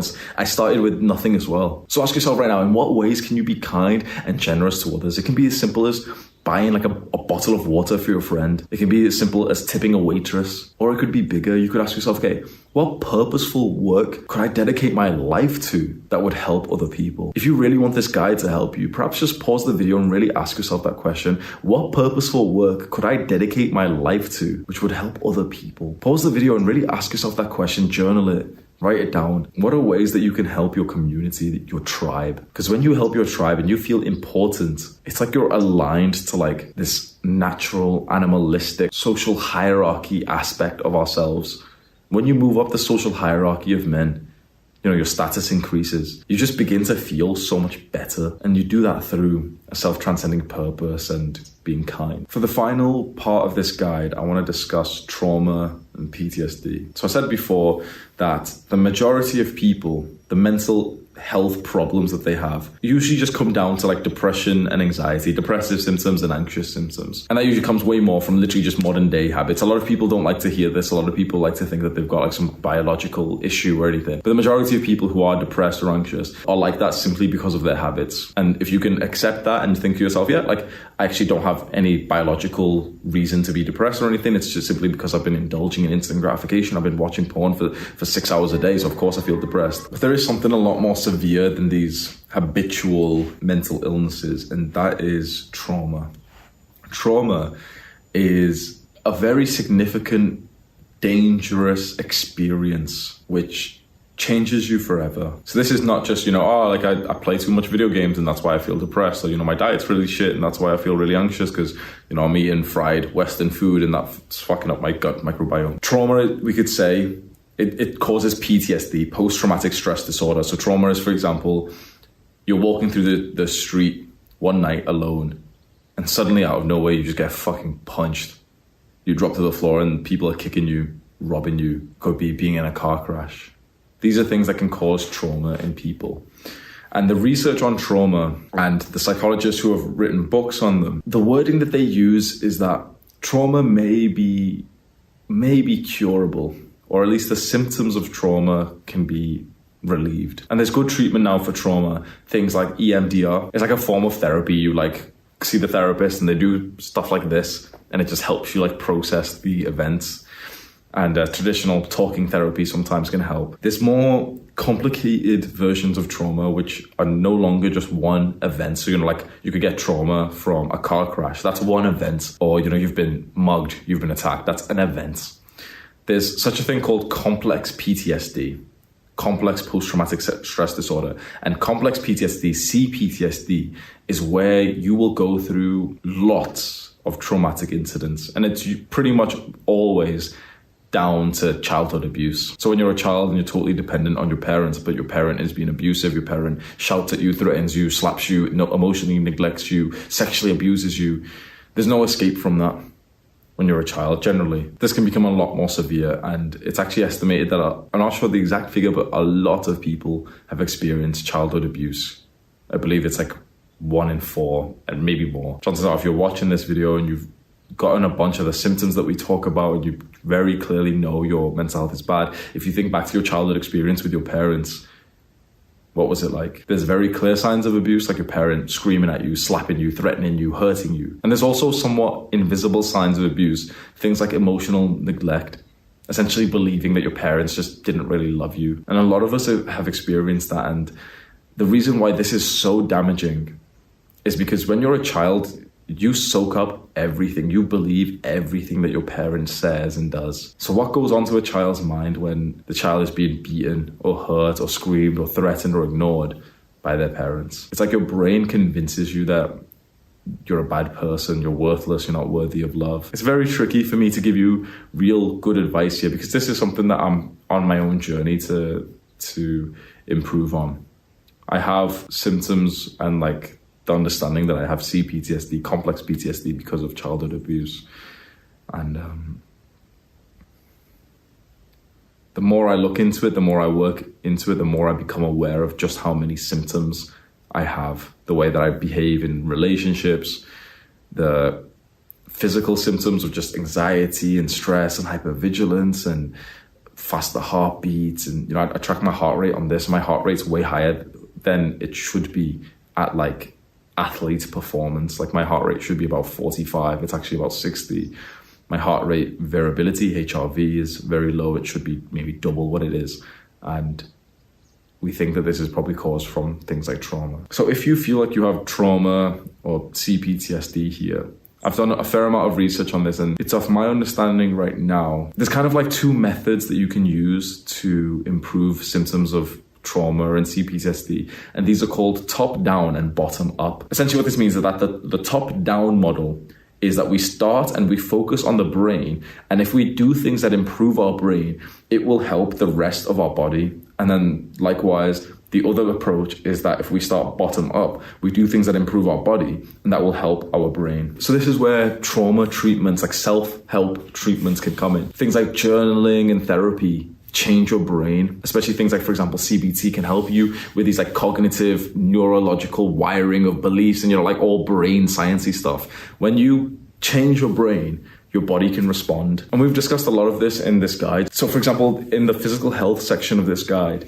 we've essentially explained the bottom-up method of relieving CPTSD, which is, okay, we focus on the body, we can focus on things like sunlight, diet, exercise, and these are all bodily things that we can focus on, which then improve our brain. And then likewise, we can switch it around and we can do things that improve our brain, things like journaling, things like being in love, things like therapy, and those things can help us ease the symptoms that we get in our body. To be honest, I'm not sure if I really have good advice for this section of the guide, because I'm still learning as I go along.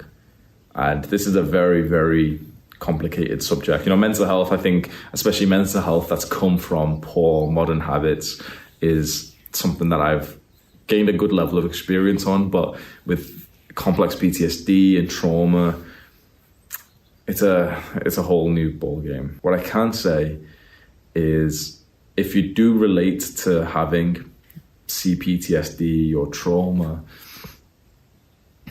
be grateful for it. I wouldn't be here where I am today if it wasn't for the experiences that I had in childhood. Because I have CPTSD, because I went through childhood abuse, I am the man I am today, and I have such a focus on things like mental health and self-improvement that then I've been able to come online and teach these things, and I'm very grateful for that. I'm glad how my life has turned out.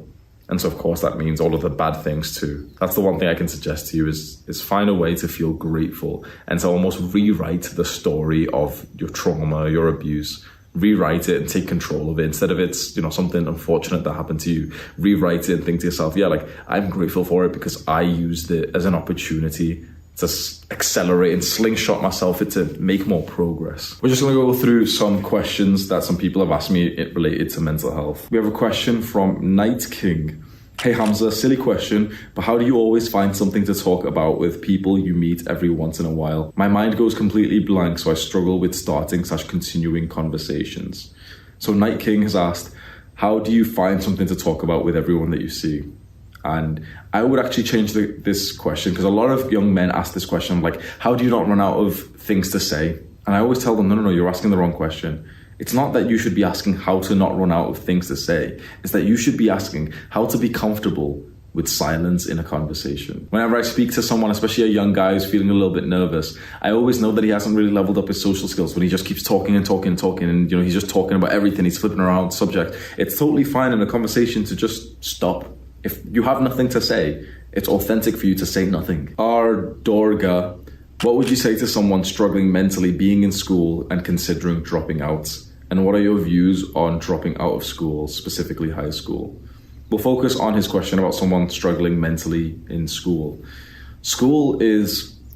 I have a very negative opinion of school and the education system. And a lot of the times you hear like YouTubers or creators talk about this, they always like pussy around it and everything. I'm very, very serious in my criticism of the education system, especially in the West. I think it's been bastardized, and I don't think it's actually helpful for students. I don't think a student comes out at age 18 actually educated on anything worthwhile. They don't know how to run a business. They don't know how to do their taxes. They don't know how to get into a relationship. They don't even know how to work hard or be productive by themselves. They know nothing. And the pressure that goes on for students is absolutely abysmal. How students are being made to just revise for these extremely high pressure, high stress exams that it's told will determine the rest of their lives. Bro, I could rant about this stuff for a while. I really think the education system needs to be reformed. Perhaps I'll be the one to do it 10, 20 years from now if I get into like politics or something. What would I say to someone struggling mentally in school? You're not alone. That's the common experience of all the students around you. Another thing I would say is that you're not special. The same things that will improve everyone else's mental health will do yours too.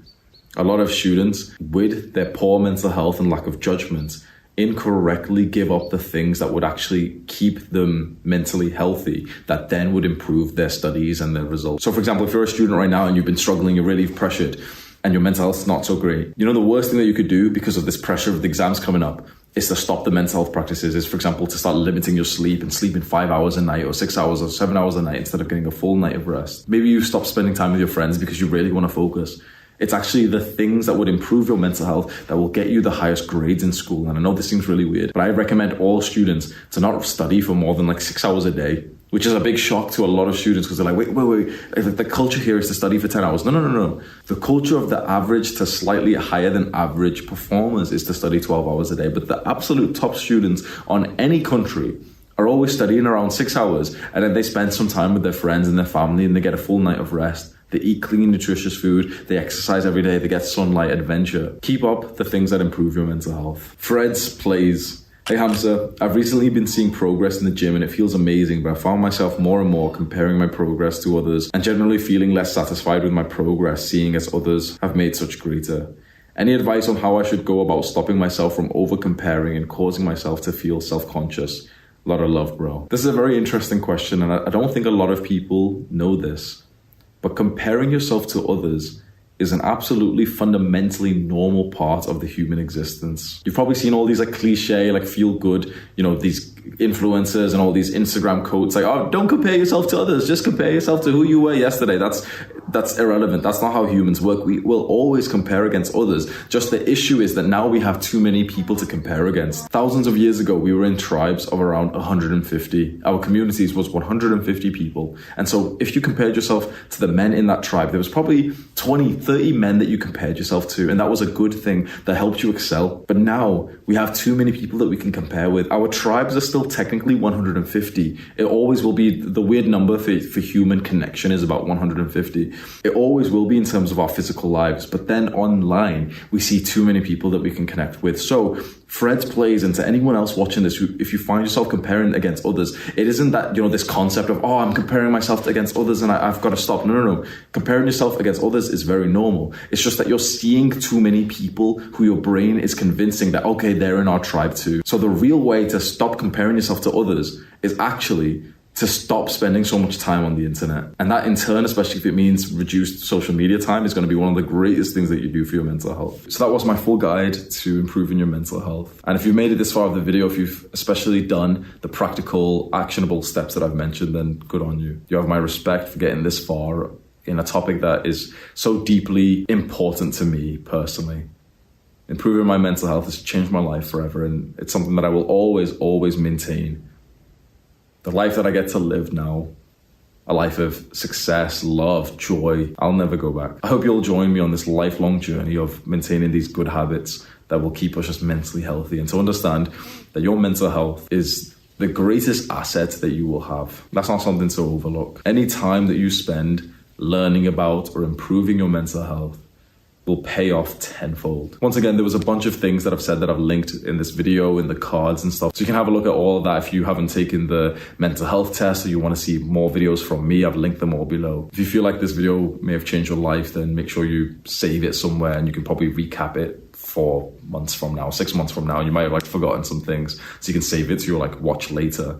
I think it helps the YouTube algorithm if you comment and if you leave a like on the video. It's always cringe saying that, but if you do want to help this video perform and other men finding it, then you can do you can spam the comments, or you can like it, or you can share it with your friends. You can subscribe to this channel if you want to see more videos like this. My name is Hamza Ahmed. I'm leading a movement of young men who are just so totally focused on improving their lives. And if you're interested in that, you can have a look at some of the videos on this channel. Do the hard work, especially when you don't feel like it. Mwah.